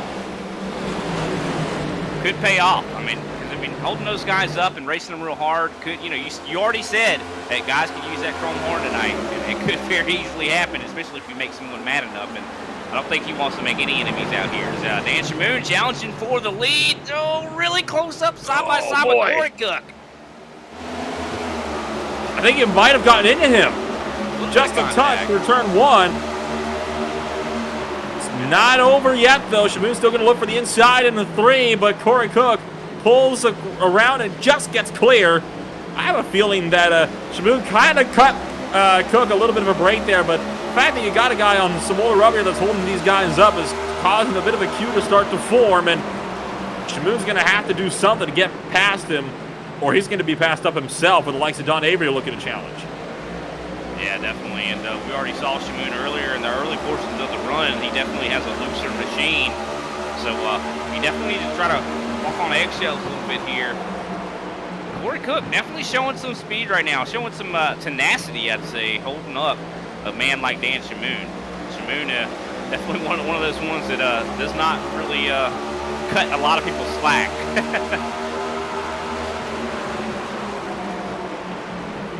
This time looking high into 1 and 2, probably thinking about diving it off the corner, but doesn't get down in time. Still has a run, though, and he'll look for the inside line. No doubt about that one into 3. Backing off a bit, though. I think Shamoon is also looking to play the conserve game now. Yeah, I think he's just trying to keep the pressure up on Corey Cook. I don't think that he necessarily wants to throw it in there and overdrive his race car and mess up his tires. I think he just wants to be there in that rearview mirror. Let Corey Cook know he's there, so that way he's more focused on the rearview mirror, not what's up ahead of him. So that way more inclined to make a mistake with that kind of driving. Oh, and look at that. He's going to try to maybe go on the top side, but was not able to get there. Caution's out. Caution, yeah. Paul Daniel, front straightaway. Got into it with Thomas O'Hara, actually, from the looks of things. You just took a look at the replay there. I mean, O'Hara kind of got pushed into the wall a little bit, I have to say, by Paul Daniel. Not a whole lot O'Hara can do in that situation. And, yeah, I mean, try to clear yourself, and you see the result right there. Yeah, I think he wasn't sure how big a car, how much room a car needed to be able to fit up there. Definitely not a lot of room for Thomas O'Hara, and nothing for him to really do there. So Paul Daniels definitely causing some problems there.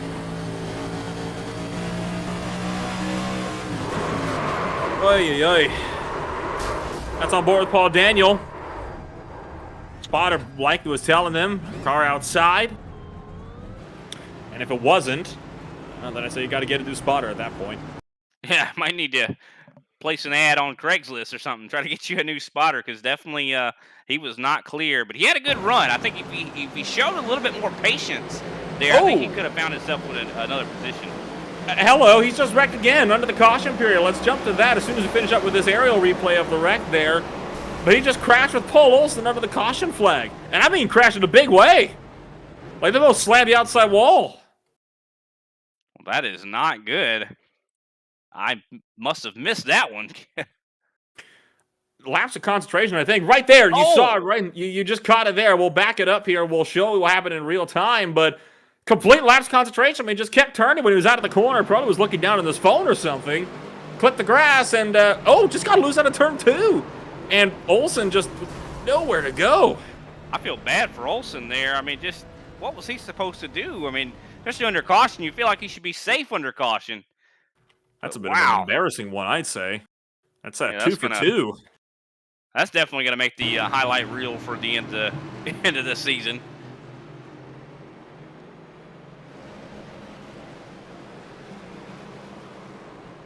I mean, I think one could be forgiven somewhat for, causing the initial accident. Maybe like you said, maybe the spotter wasn't telling him that someone was up there.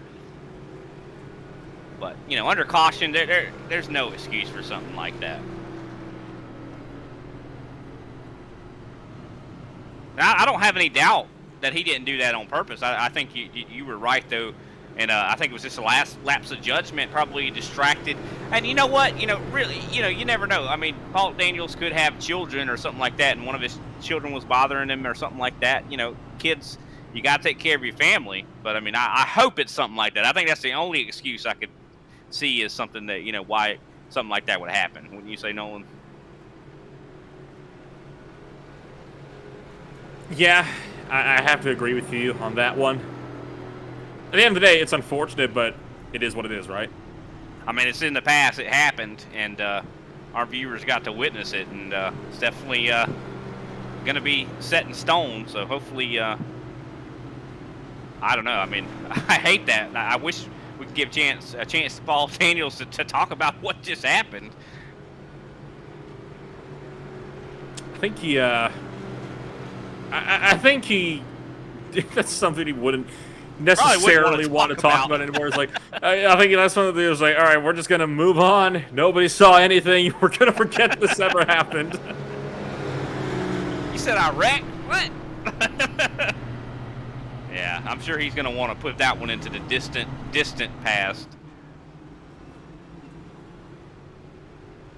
But hopefully we can go get some green running from here. You hate to see things like that, but interesting from Carl Dodson. Looks like he decided to pit. Looks like he's going to be starting back in 19th now. So, definitely I think it's a good call for him. But then again, no one is safe right now to make it on fuel, Nolan.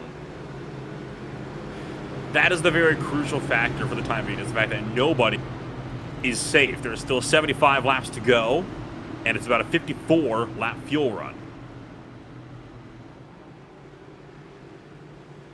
And the pace car lights are out. They're on the back stretch getting ready to get this thing back underway. And, you know, a lot of strategy calls could be made here, knowing that you can't make it. You know, would you, if it goes green from here, would you split it in half? It's a bit of an interesting thought. I'd say possibly. I know that some drivers have been out there for about 20 laps as is, so they'll be coming in within about 30 laps or so. That's a good point. So definitely not very black and white out there, not very cut and dry when it comes to what these strategies could be as we prepare to go green. Pace car dipping out. And with that, we're going to take things back to the green flag. Corey Cook gets us underway. Dan Shaboot is in second. Avery rounds out the podium as Hoffman trying to fight around the outside line down to the turn number 1 and make something happen in his number 92 Premier Setup Shop Machine. And looks like he'll maybe be able to power through on the outside. That he does to retake third place. There is Shamoon thinking about the race lead into turn number 3. Going for the race lead into turn number 3 up the inside of Corey Cook. Yeah, I think he's realized he's got to do it early here. Because, I mean, last little run these guys had, he was not able to get it took care of. Looks like Corey Cook is maybe going to try to cross him over. Not able to get there. Shamoon up to the lead. Side-by-side battling back there for Don Avery. Tell you what, for the parts that we've been green flagged so far, the racing has been absolutely phenomenal today. I mean, it is just non-stop action everywhere you look. And I have been enjoying every last second of it as Avery going to lose out to Powell entering turn number 3, and that's going to allow Souza to try to power through around the outside line. Jeff Barnes and Josh Schaffner also just in the mix and behind. Attention, waiting for one of these drivers to make a mistake as Souza clears around Avery. Yeah, Souza's been doing a great job here, staying up in the front quite a bit. I think I hear some contact. Something maybe happened. No, it looks like he's staying green right now, but I think maybe I heard someone hit the wall. I do have my contact with the wall thing, audio turned up a little bit here as we see Avery still falling through the pack.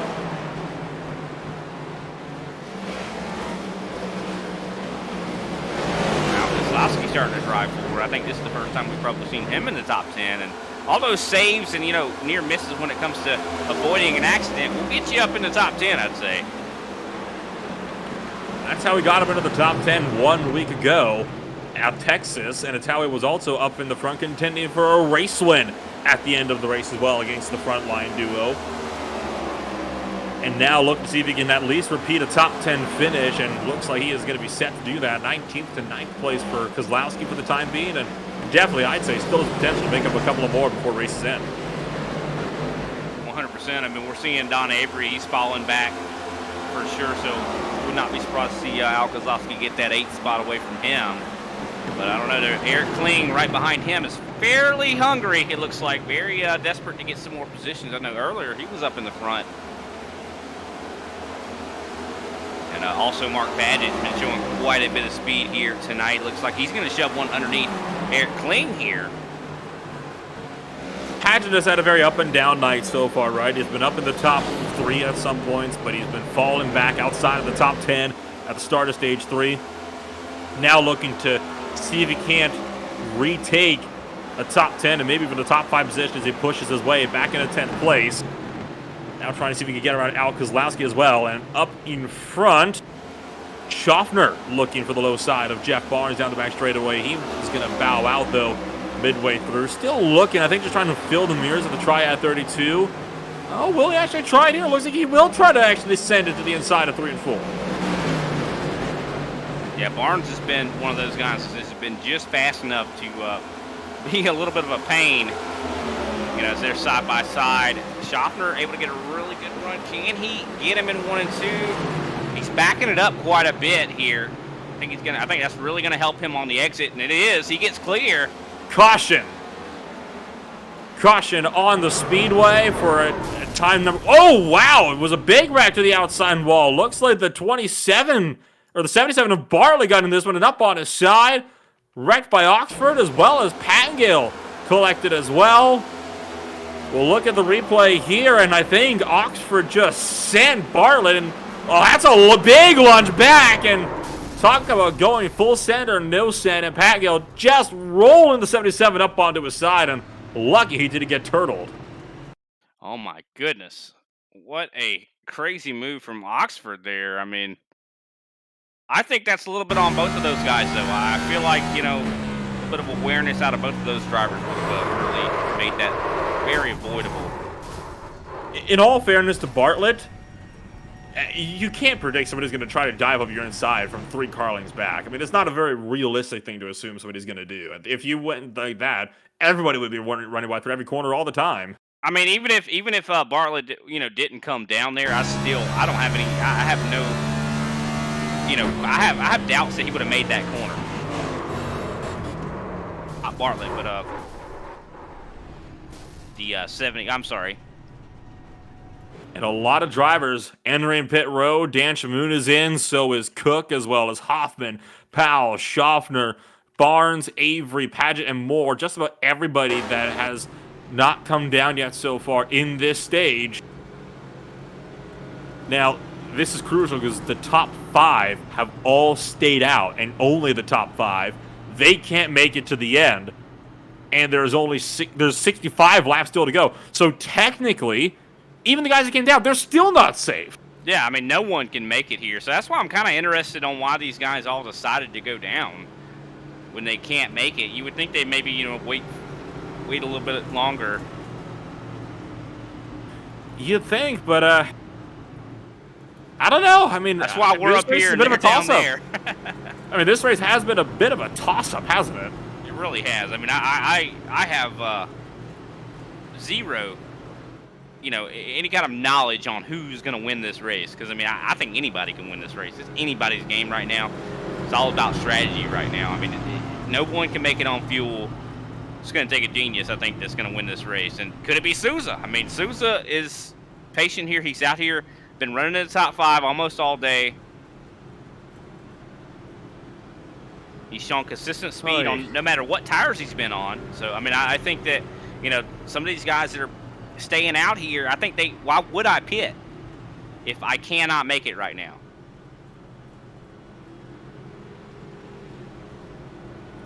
There is an insane moment here. And Looks word like that RJ gonna go ahead, sorry. Sounds like Dan Shamoon got a black flag.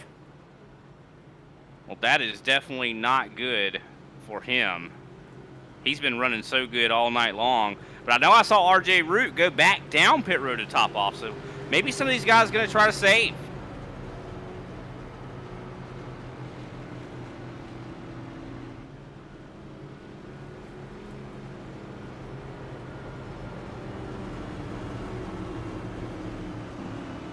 I mean, could be in the realm of possibilities here, Nolan. Maybe trying to save fuel. Oh boy. So what I've heard is coming into pit road, Dan Shamoon was getting rear-ended by Corey Cook as Shamoon was trying not to stay on pit road. But because Corey Cook technically pushed Shamoon past the pace car, they both got black flag. Now Shamoon has had his penalty cleared. I'm not sure if they'll be the same for Corey Cook. Yeah, that's very interesting. I'm about to take a look back at that and see how that happened. Oh, yeah, and Corey Cook has confirmed. He had the opportunity to get it cleared, and he's actually denied it. He says he deserved the penalty, so Corey Cook is going to be a good sport and take the penalty. But Dan Shamoon got his cleared because, I mean, there was nothing he could do. He was being pushed into pit road. Yeah, good on Corey Cook to take that like that. I don't know why he was trying to. Yeah, he definitely had some contact with him on the entrance of pit road and was pushing Shamoon faster than the pit road speed there. I could clearly see it. He hit him twice, I do believe, actually, Nolan.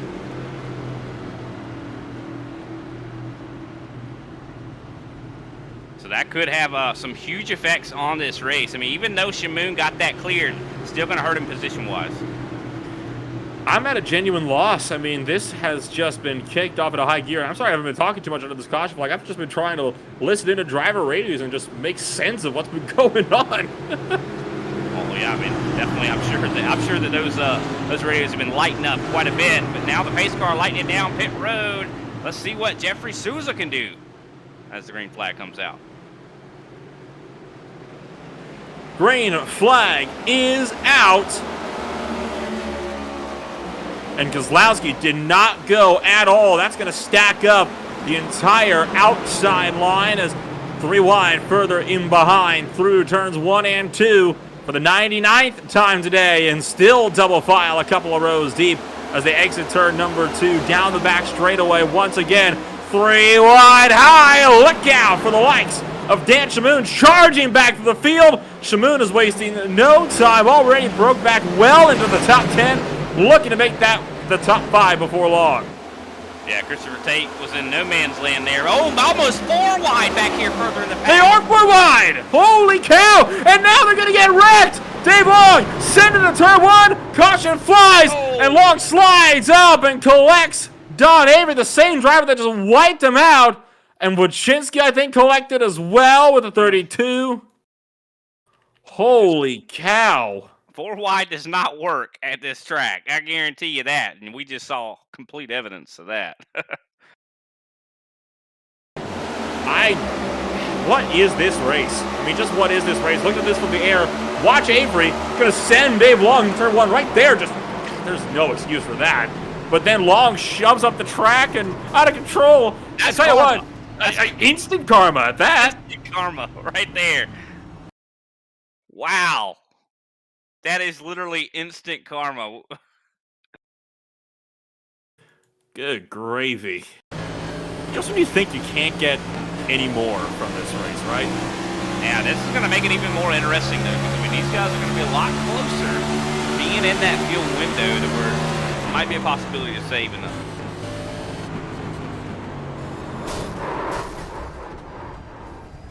Under caution for the 3 billionth time tonight at this point on what has been an attrition-filled race. There's almost no clean cars in the field at this point. Whether there'll be any more, only one way to wait and see. Let's take a quick break. We'll be back in a moment.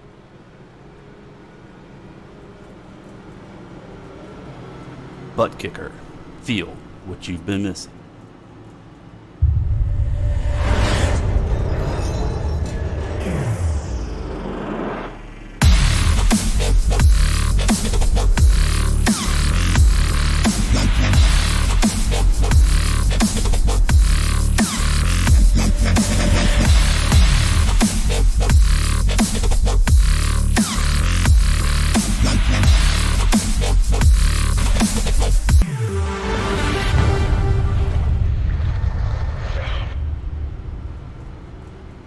Get yours today at thebuttkicker.com and be sure to use our 20% discount promo code ISCA20.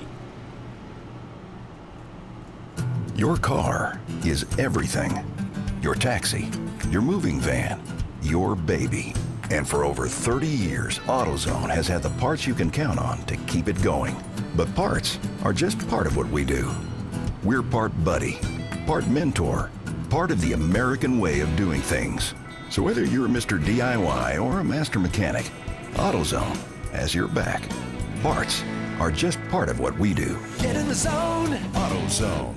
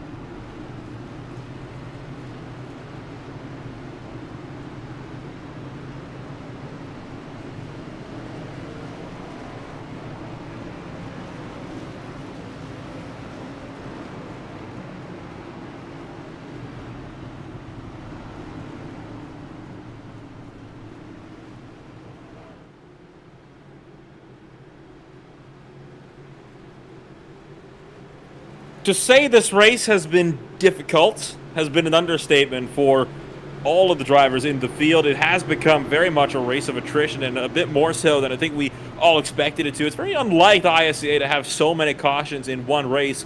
And we were talking earlier about some of the challenges, Brian, of that a new racetrack presents, and I have a feeling that it's a lot of those challenges that are catching drivers out today, and at this point, a lot of emotions starting to run high as well. Yeah, I think a lot of the drivers out here are running in that short track mentality, even though this is not a short track in the leads. But we're going to see that continue as the green flag is soon to come out. Out of turn number 4, it will be Jeffrey Souza taking us to the green flag. Rossi second, Kozlowski in third. And how will this shake up the running order for this restart down into turn number 1 with under 60 laps to go? And at this point in time, if you come down to pit road, you will be good, I believe, to make it to the end of this race.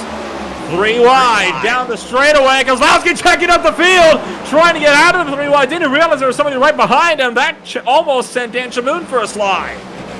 Yeah, Shamoon just definitely reacted as best as he could to get underneath. Also, Mark Paget pretty much did the same thing. As a 3 wide once again. Greg Wychinski, 3 wide with the 54, and Al Kozlowski. Al Kozlowski cannot stay out of 3 wide racing. Doing good, though, to just kind of back off and take it easy. He realizes there's no point in really trying to fight this out really hard, so he is doing all he can to just make sure he keeps that car clean, so it's still there to fight in the end, as Dan Shamoon going to go side by side with John Mullins up into turn number 3. That'll be a pass for 5th. Dan Shamoon trying to drive his way back up to the front, where he feels like, I definitely feel like he rightfully should be up in the front. But Clayton Hoffman has got a much easier time driving through these cars, and now is up to second place as he gets by Wayne Grossi.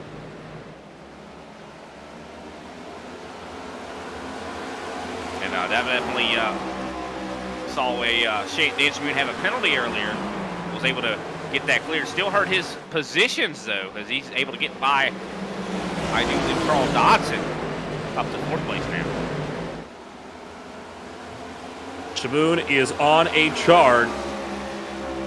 And looking at his kind of stint counters here, he's among one of the drivers on fresher tires. 12 laps fresher than the car right ahead of him, Wayne Grossi, and about 30 laps fresher than the likes of Jeffrey Souza up for the race lead. Speaking of Jeffrey Souza, Hoffman starting to catch him at a rapid pace. As you can see, the battle for third just shaking up behind. Shamoon clear on Grossi for third. We'll keep with this top 2 fight here. Hoffman has run down Souza and is looking to be all over. Oh, Souza with a big slide! That opens up the door for Hoffman to look one up the inside. He'll send it down, and for the first time since he lost it early in the race, Hoffman is finally back to the race lead. Yeah, this is going to be great for Hoffman, too, because, you know, all race he's been struggling in that dirty air. Now he's back in the front, got that clean air. That's going to help him out tremendously, considering Dan Shamoon was really starting to catch him. And if Souza had held up Hoffman anymore, it could have been a different picture once again. So Hoffman clear for the race lead. Let's start to look a bit further back and look to Greg Wychinski looking to pass Wayne Grossi down the front straightaway, entering turn number 1. He's going to send one up the inside. That forces the Pennzoil Chevrolet a little bit further up the racetrack. And as Grossi lifts off when he gets out of the groove, he'll lose multiple spots. First one to Wychinski, now one to Powell. Could lose another one to Jeff Barnes and even Eric Kling if he's not careful. Yeah, Wychinski looking very strong right now, considering he was just involved in one of those accidents we just saw.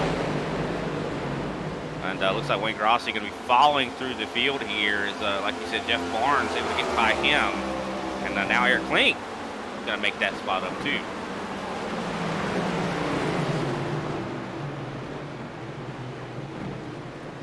It is getting intense as drivers start to set themselves up for the final stint of the night.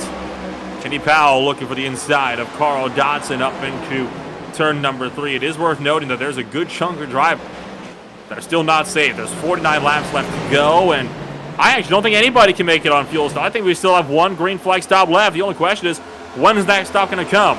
Souza is due for one, I'd say, any lap now at this point in time. He's been out there for 53 laps on just that stint alone, and fuel was about 54 laps, but course, he has been saving a lot under cautions, but I'd say within the next 10 laps or so. That is pretty incredible there to see that he's still out there able to hold that second place position, even though he's on much older tires than everybody out there.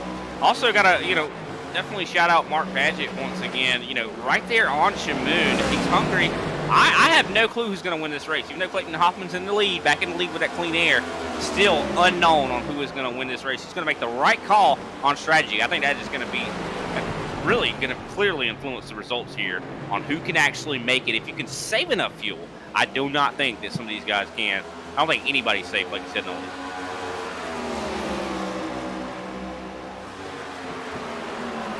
So we watch these little battles continuing to develop, and James Oxford going to bail out and go to pit road right as he was about to be lapped. Dan Shamoon has caught Jeffrey Souza now.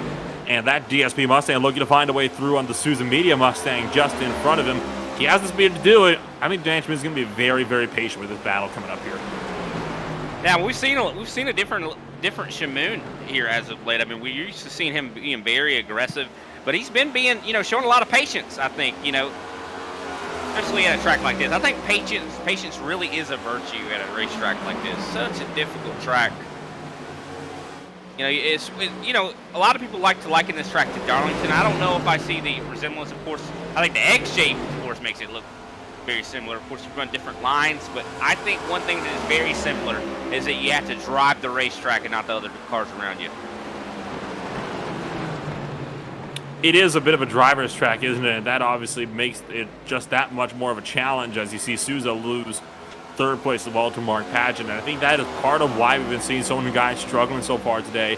A combination of high crosswinds of 11 miles an hour, track temperatures of 94 degrees, combined with a bumpy surface and a new car on a newer track. It isn't really a recipe for a very clean race, is it? No, definitely not. I mean, especially, it's just like whenever you see a new scan of a racetrack or something like that. A lot of guys just don't know what to do. They just don't have as much experience. I mean, these are new cars on this track. I mean, this track is relatively new in its own mind. I mean, think about it. We don't ever really see this track in any of the leagues that I broadcast on my other leagues that I broadcast for, or this one. So, I mean, definitely throwing a lot of curveballs for these guys out here.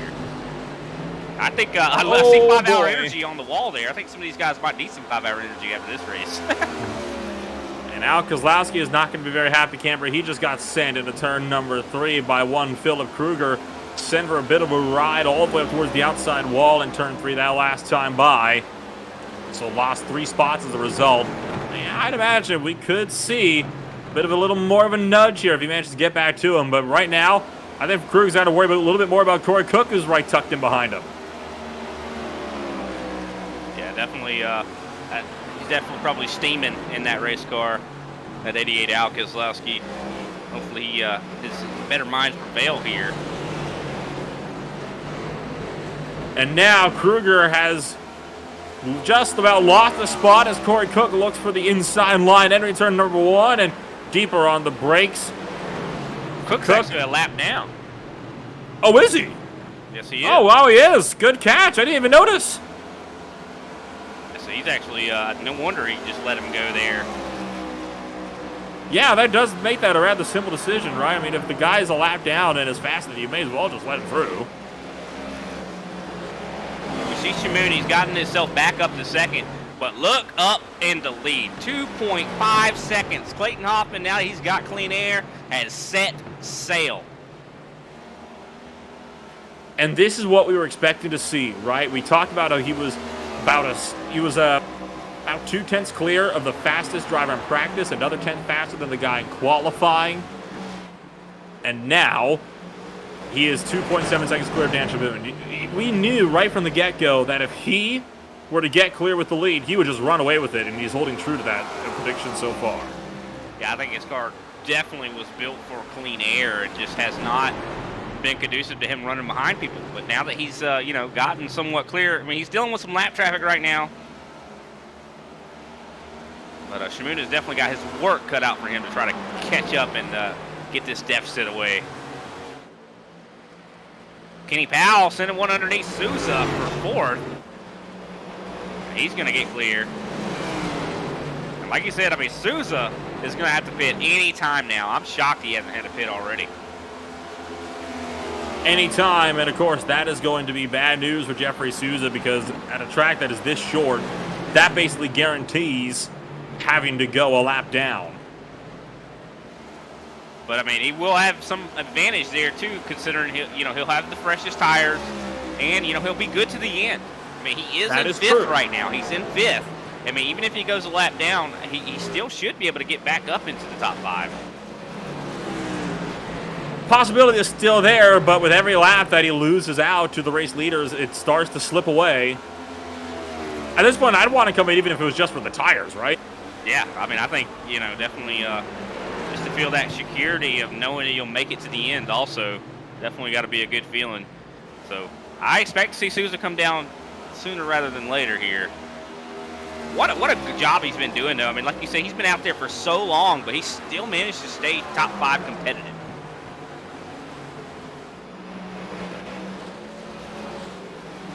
I think there's a lot of great things to come from this guy. And at this point, a lot of the field has spread out across the whole of the track, and that is honestly more with the fact that there's not a whole lot of cars in this field that are actually fully up to speed and clean, right? Most of the cars in this field now have some form of damage, which is helping the field kind of spread out a little bit. That and obviously the massive tire difference. 100%. All these different strategy calls as Shamoon gets past the lap traffic that Clayton just recently got by 79.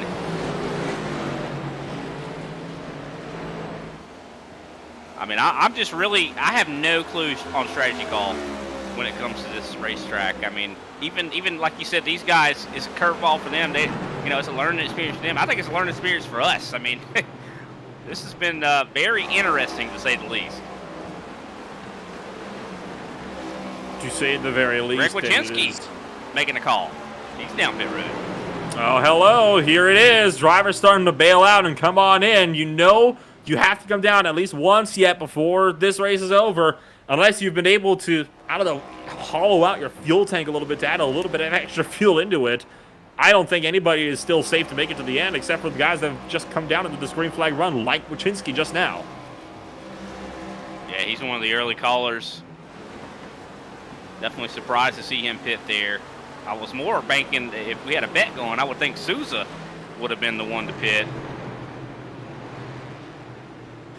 Would it be the first time that we'd be off on our little pit road predictions here? I mean, we're honestly just a little bit off about every single race at this point in time. You'd think we would have taken that into some of our calculations for the time being, but nonetheless, it's a unique pit situation nonetheless. And we talked about at the top of stage 3 about how the pit strategy was going to be very cut and dry. That's not the case anymore. Definitely not. I mean, from it. Yeah, couldn't be further from it. I mean, it was going to be a pretty cut. If they had ran this last stage green all the way, it would have been pretty cut and dry. Not a lot of wiggle room really in the strategy, but these guys, they always love to throw us curveballs. That's why we like to watch them, because they always keep us on our toes. Now Clayton Hoffman out to over 3 seconds now on Dan Shamoon. I have a feeling we're going to see a lot of these guys start to come down. I mean, we're getting to where we're almost 30 laps to go. And of course, with all of this, you have to also worry about another hazard now. Drivers on fresh tires trying to unlap themselves from guys on old tires. That is going to be a very, very big hazard if what we've seen today is anything to go by. Souza finally bails out, and he will be coming down pit road this time by. I think he's going to be in good shape here. I don't know, though. Could have been speeding there. We see a little bit of tire smoke there from hitting the brakes. Definitely, this is a money pit stop for a lot of these guys, because it's so easy to make that mistake and speed on pit road under green. And that is, a costly mistake. Honestly, I think what a lot of people are actually hoping for right now is a caution, so long as they aren't the cause of it, right? Because if you get a caution now, you can just come on down, and then you are going to guarantee to be safe today. You don't have to worry about losing a lap.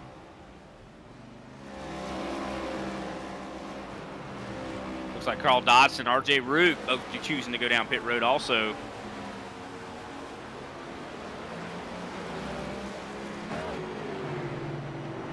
More and more drivers looking to make that call as Carl Dodson's in as well, and that was tight between those two drivers on entry. Caution flies! There it is! And it's Schaffner on the back straightaway, along with James Oxford.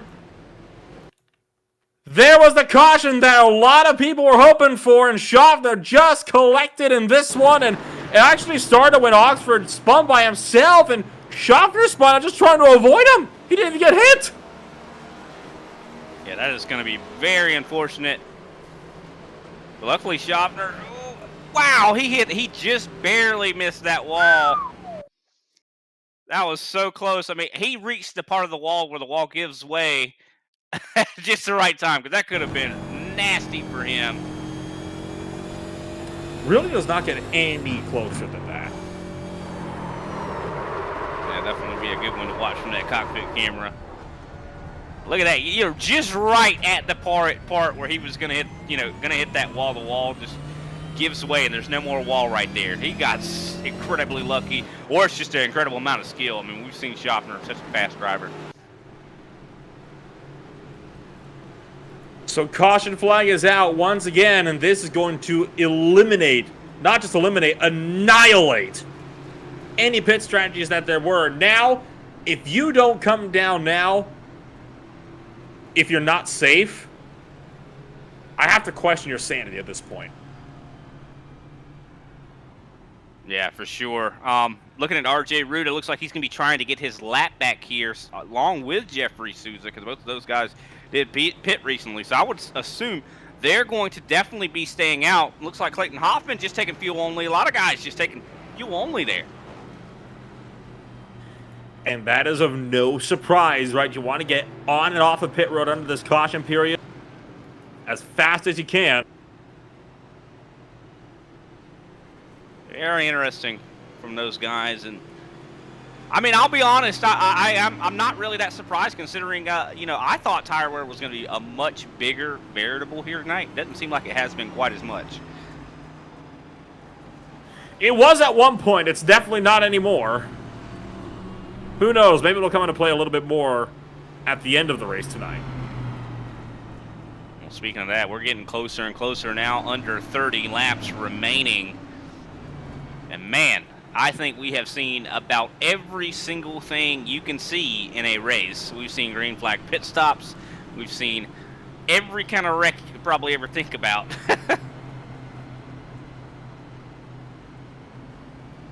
And there's still so much left to go as well, with 29 laps left on the docket. We'll take one more step away, and then we'll be back with the last 28 or so laps from Gateway.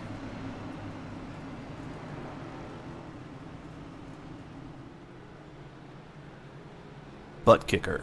Feel what you've been missing.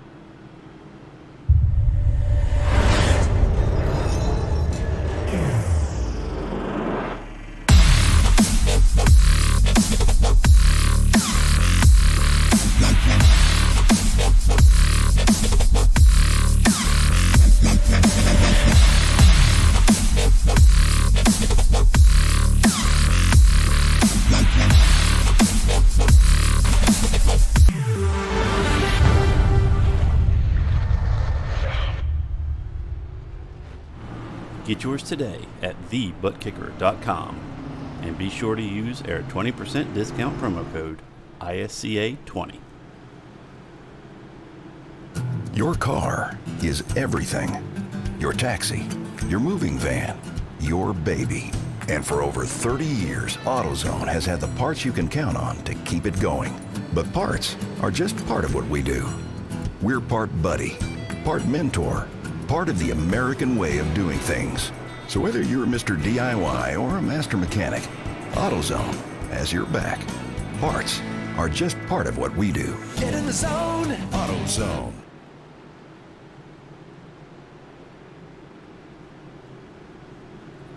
It'll be, I believe, just 27 laps to go when we take this green flag. And once again, just when you thought, this race couldn't pick up anymore. So far, the top 15 have all pitted. Corey Cook has not. Same story with John Mullins and Christopher Tate. Souza, Wachinski, all in the same boat. They pitted right before the caution came out. So Hoffman's back in the lead. We'll have to see if Shamoon or Padge will have anything for him on the restart. Definitely going to be a money restart here as they're off. Clayton Hoffman definitely getting a good start. Shamoon going to try to cut the bleeding here as we have some side-by-side racing for third. Kenny Powell on the high side. Powell up top with Padgett down below. And Kenny Powell going to clear around the outside line for third place. Padgett's going to tuck in line with fourth. How about Kling? Now trying to fight the outside groove with Josh Schaffner still trying to force his way on the bottom as well. Yeah, Kling not really giving much option here to Schaffner. Not going to really let him get underneath like he really wants. But surprised to see Schaffner still doing as well as he is right now, up in sixth after that almost huge collision there with the outside wall. Side-by-side battling with Wayne Grossi, getting really close to Philip Kruger. So close, but still able to just, I think, keep it out of him. And further in the back, Pattingale losing a couple of spots to Souza, as well as Carl Dodson. I think he actually might have gotten a bit too wide out of turn two. So Souza's back up one. And trying to see if he can maybe chase down Dave Long. There's a couple of cars up the road. Yeah, I believe Souza definitely is on the march. I mean, he knows because he had pitted and you know, lost all that position, he definitely got some work to do. But he's got the pace. I think he can get himself up in the top 10.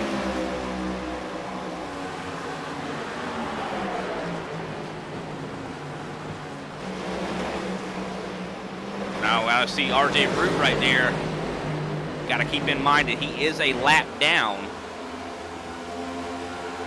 He's among a lot of these drivers out here fighting for position. That, I think, is probably one of the more key factors in this one, right? Is the fact that there are quite a few lap down drivers in this mix, as well as you can see Thomas O'Hara trying to duke it out at the moment with one of the Mad Aussie Motorsports machines. Paul Daniel right in front of it. That's the battle for 11th. Daniel washing up. O'Hara trying to force it in on the inside line. Diving it off of turn number 3. And O'Hara, out of 4, looks like he'll just get clear in his Triad Camry. Definitely, we saw Paul Daniels, you know, having a lot of problems earlier in the race, but he has collected himself. I mean, not bad being in 12th after all the trials and tribulations he's had to go through. Clayton Hoffman now out to 8/10 on Dan Shamoon. Shamoon not able to get caught up here to Clayton. So Clayton apparently just has this superior machine when it comes to clean air.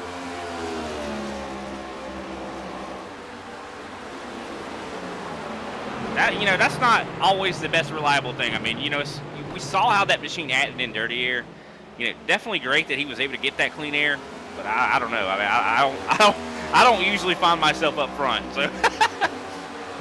And you and me both on that front. I wish I knew what it was like in a series or in a race like this. I tell you right now, bro, it's probably looking easy for Clayton Hoffman. He has just been able to break away and has been continuing to rock away. Caution flies again. It's all gone. And Christopher Tate once again bringing out a yellow flag by himself out of turn 2. This time with 20 to go. Yeah, unfortunate for Christopher Tate. You know, has been hanging on in this race. Definitely got to shout him out, even though, you know, brought that caution out. I'm sure a lot of drivers don't appreciate that caution. But, you know, you still got to shout someone else, you know, is able to hold on and still try to finish this race. And he locks it up, looks like.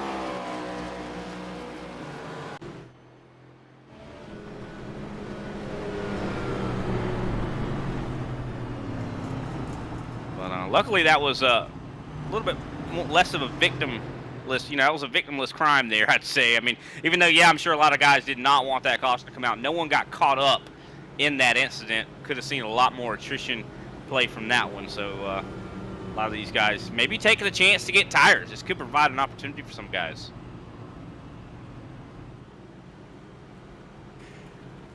So with all of this said and done, a lot of drivers are opting to stay out, and that is, it makes sense, right? You've seen a lot of guys trying to stay out, just so you can get yourself a bit of a more solid run coming around through the these final laps. I mean, you've already come down. You know you're safe to the end. Why push your luck by coming down a second time, right? Yeah, for sure. There are some guys that are wishing to challenge that, though. I see Jeffrey Souza went down pit road, took a set of tires. He's going to be losing some spots back to 18th, but those tires could really pay dividends. But I don't know. I mean, I just have not seen tires really, play that huge of a role. I mean, we've seen it give some guys the edge to be able to drive, to the front, but I don't know. Is it going to be enough time? We don't have a lot of racing left. So how many laps do you think we're going to have when we take the green flag? I'm thinking 18 or so? I'd say, yeah, probably around that. For sure. We'll have to wait and see. I mean, definitely going to be a short jaunt to the end. Not going to be too, much for these guys. But still, it has seemed like a lifetime, for some of these laps here, especially if we see more cautions. But I don't know. We'll have to wait and see. I mean, intensity is going to keep on rising for a lot of these drivers. Guys going to be more willing to use that bumper, especially when frustration starts to kick in. You don't like where you are.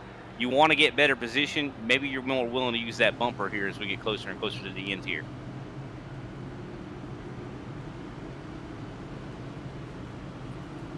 So we're looking over some of the main players so far throughout this race. Hoffman, still your leader. And at this point, it's looking like nothing is able to topple him, no matter how many cautions these guys try to throw at him.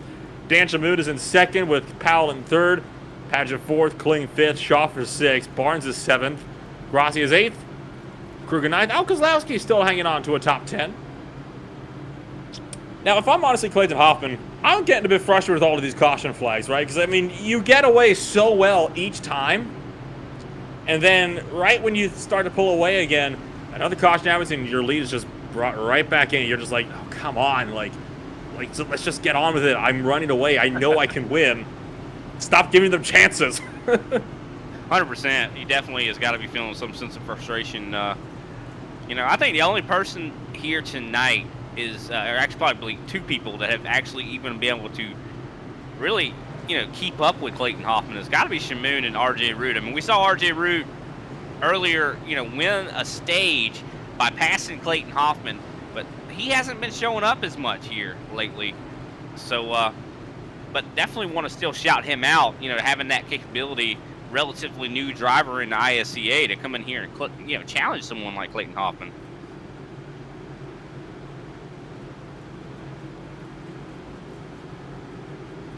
I don't think anybody really can challenge him at this point in time. I mean, he has been so consistent with his getaways on these restarts that I don't think anybody's got anything for him.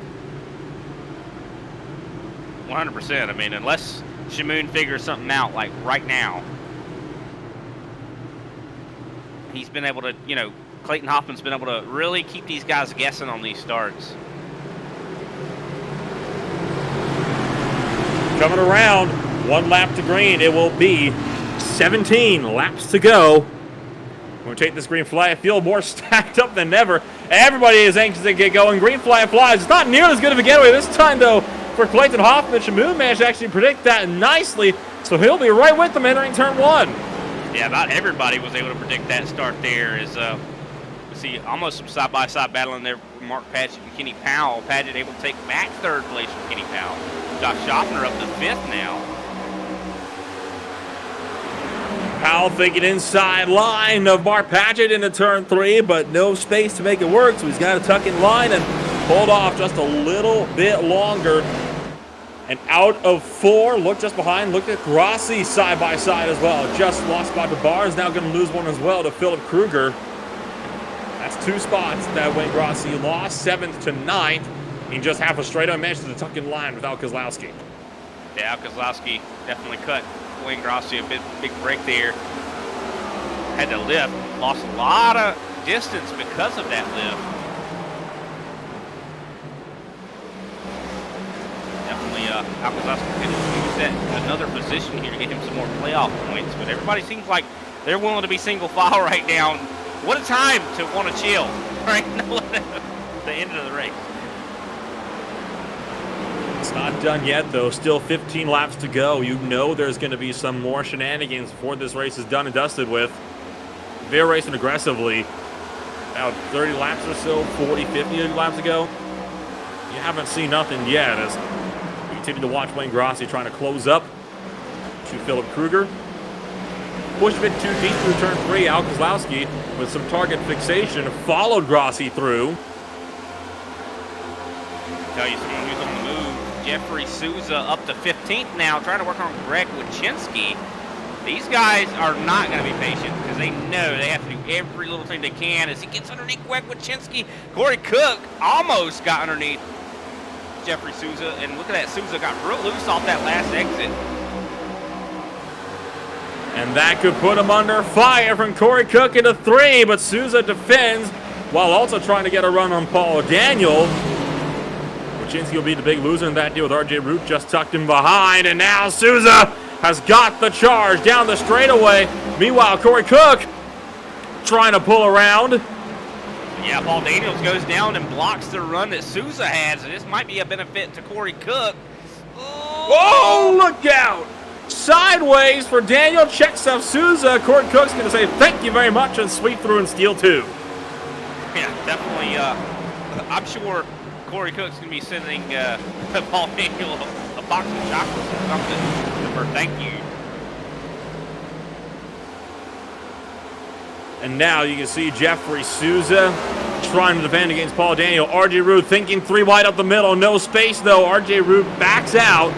Oh, but maybe not in time. Daniel muscles him out, and now Root getting spun around. Just hangs on, but loses out first to both Tate and Wyszynski. And caution! Tate! It's Christopher Tate again! But I don't think it was his fault this time. I think it was Philip Kruger.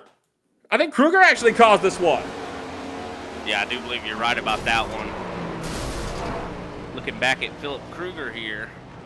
Man. So, Kruger got loose out of 2. That sent Kruger down into the grass. And he got loose when he hopped the access road that you see right down there. That's what sent him loose, and we'll look at it again here. Coming out of turn number 2, watch the back end start to come around right there. Going to go down into the grass, and it's right when it hits that road. Just gets unsettled, and as soon as he hits the track, has to come up, locks up to try to keep it steady, and nothing Tate can do. Man, Christopher Tate definitely got a big piece of Kruger there. And I'll tell you who wants you to be counting their lucky stars is Paul Daniel. That man almost got caught up in that other Vegemite machine. That was right after RJ Root got loose himself. I wonder if maybe it just unsettled Tate and he just didn't. Oh, man. Where do you go, right? Yeah, for sure. Definitely unfortunate incident there, but we've seen a lot of those here tonight. And I will tell you, though, I give these next-gen cars a lot of credit for being able to hold up under all the damage that these cars have had. You know, there's been cars out there that have been in multiple incidents and have still cranked right back up and started going again.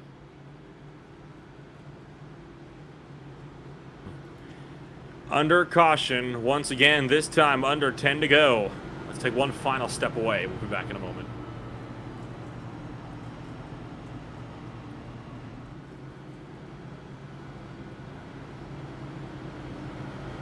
ButtKicker. Feel what you've been missing.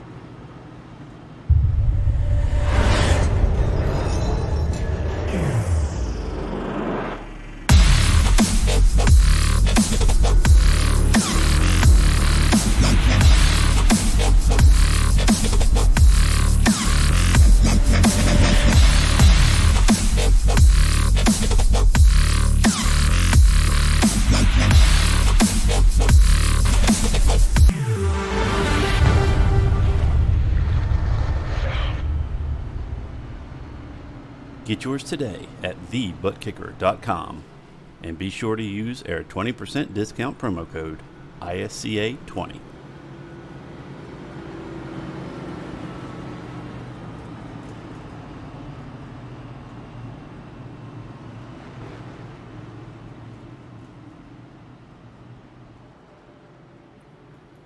still under the caution period. I believe we're 2 to green now.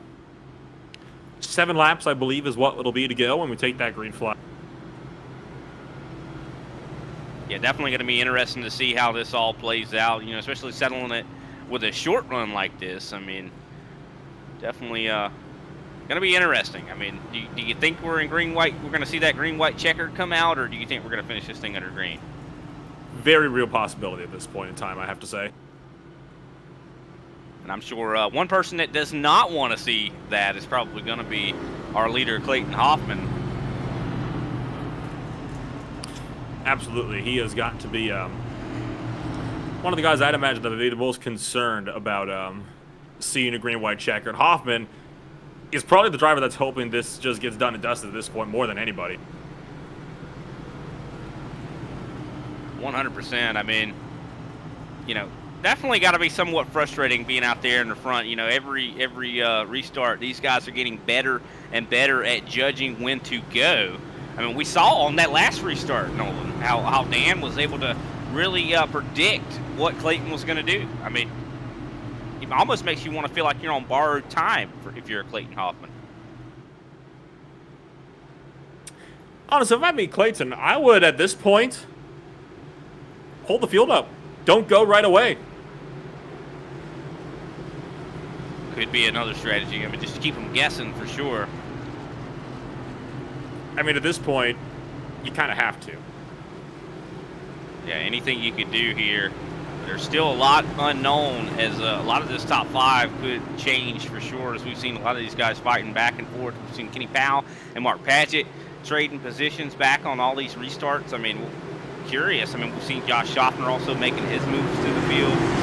Eric Kling. Here we go. Let's see how this all plays out here as Clayton Hoffman gets ready to send it, and there he goes. He goes early this go-around. Good by a couple of car lengths, though. That might have been what he needed. So as we cross the line, Hoffman is good. And into turn number 1, and trouble already! Dave Long sent for a huge ride and hard into the outside wall in turn 3. 1, excuse me. Good grief. Yeah, I think back his under car, caution again. I think his car is done. He has got a lot of smoke coming out of that race car right now. I think at this point, a lot of these drivers have got to start looking about, you know, what can you do to avoid these types of scenarios? Right? Like, I understand it's the end of a race. You have to be aggressive. But there is a limit, right? And I'll be honest with you, I hate to point fingers here, Nolan, but looking back at that, Paul Daniels seems like he had a whole lot of hand in that. Yeah.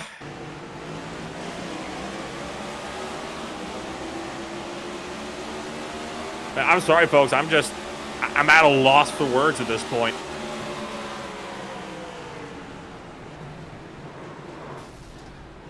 Just, wow. Yeah, I definitely don't have much to say about these kind of, you know.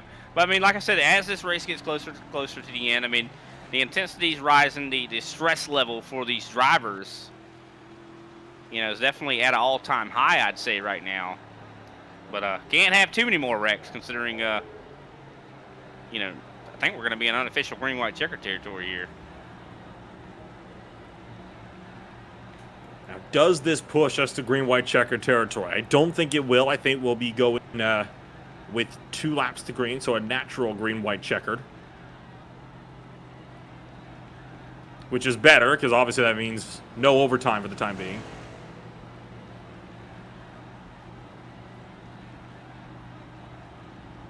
And even when that caution came out, I was just talking about how Kenny Powell and Mark Padgett kept trading back. They keep trading 3rd and 4th back and forth. But Kenny Powell now up to 3rd.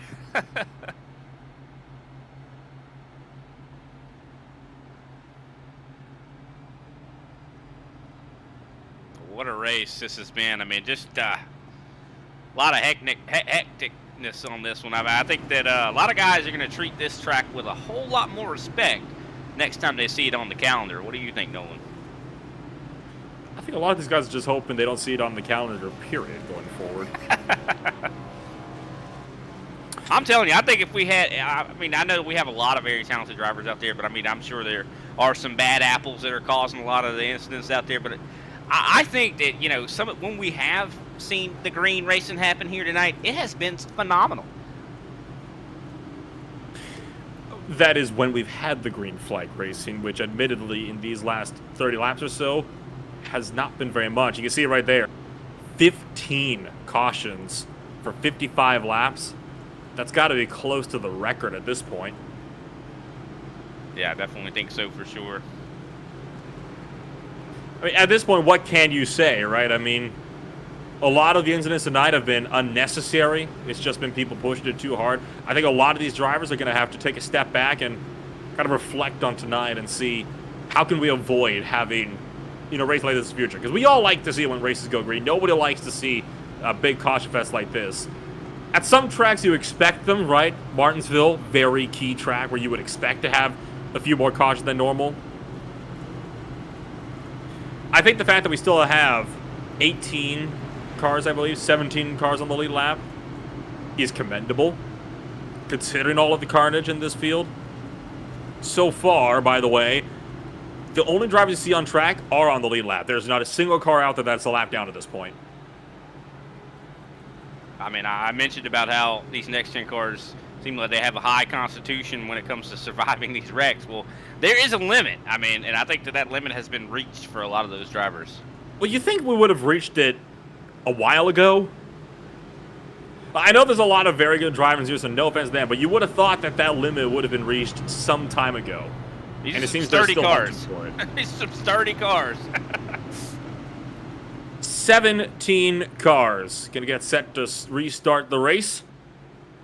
2 laps to go when we take the green flag.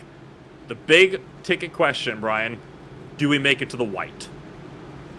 That's a good question. I don't know. I mean, really 50-50 here, whether we make it to there. I don't know. I mean, like you said, a lot of the drivers we saw causing a lot of issues just stopped racing just now. So I want to bet we will. One way to wait and see. Natural green-white checkered finish. Will we go to overtime? We'll find out within the next 45 seconds or so. Pace cars down and in. Hoffman could have one more chance here. Launches early. We're back to green from Gateway for what could be the final time tonight. So far, so good. A lot of guys are going to be trying hard to get any position they can. I know Jeffrey Souza being one. 3 wide, deeper in the field with Corey Cook and Jeff Barnes splitting Wayne Grossi deeper on.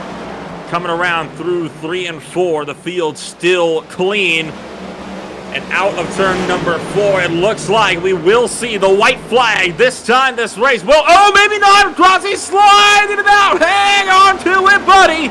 A beautiful save from Grossi means we do take the white flag.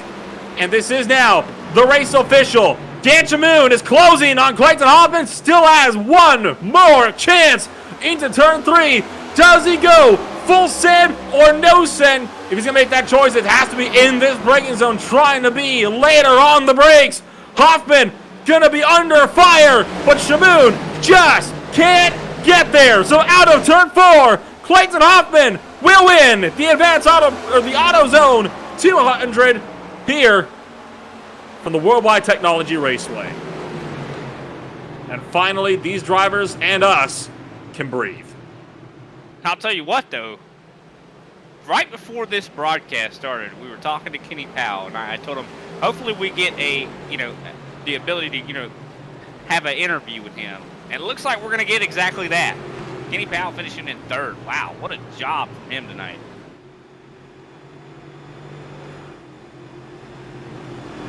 Wow.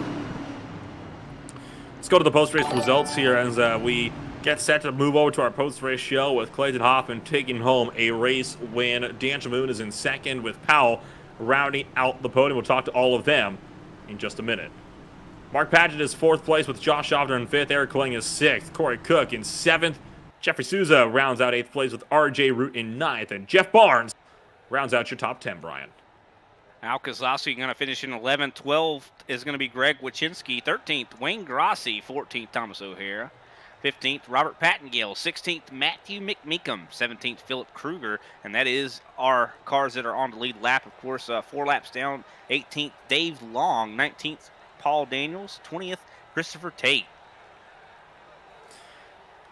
And well, in 21st place, it is going to be John Mullins with Carl Dodson in 22nd. We're now well into the drivers that DNF from this race. Don Avery is 23rd with James Oxford 24th. Greg Bartlett is 25th. Paul Olson 26th.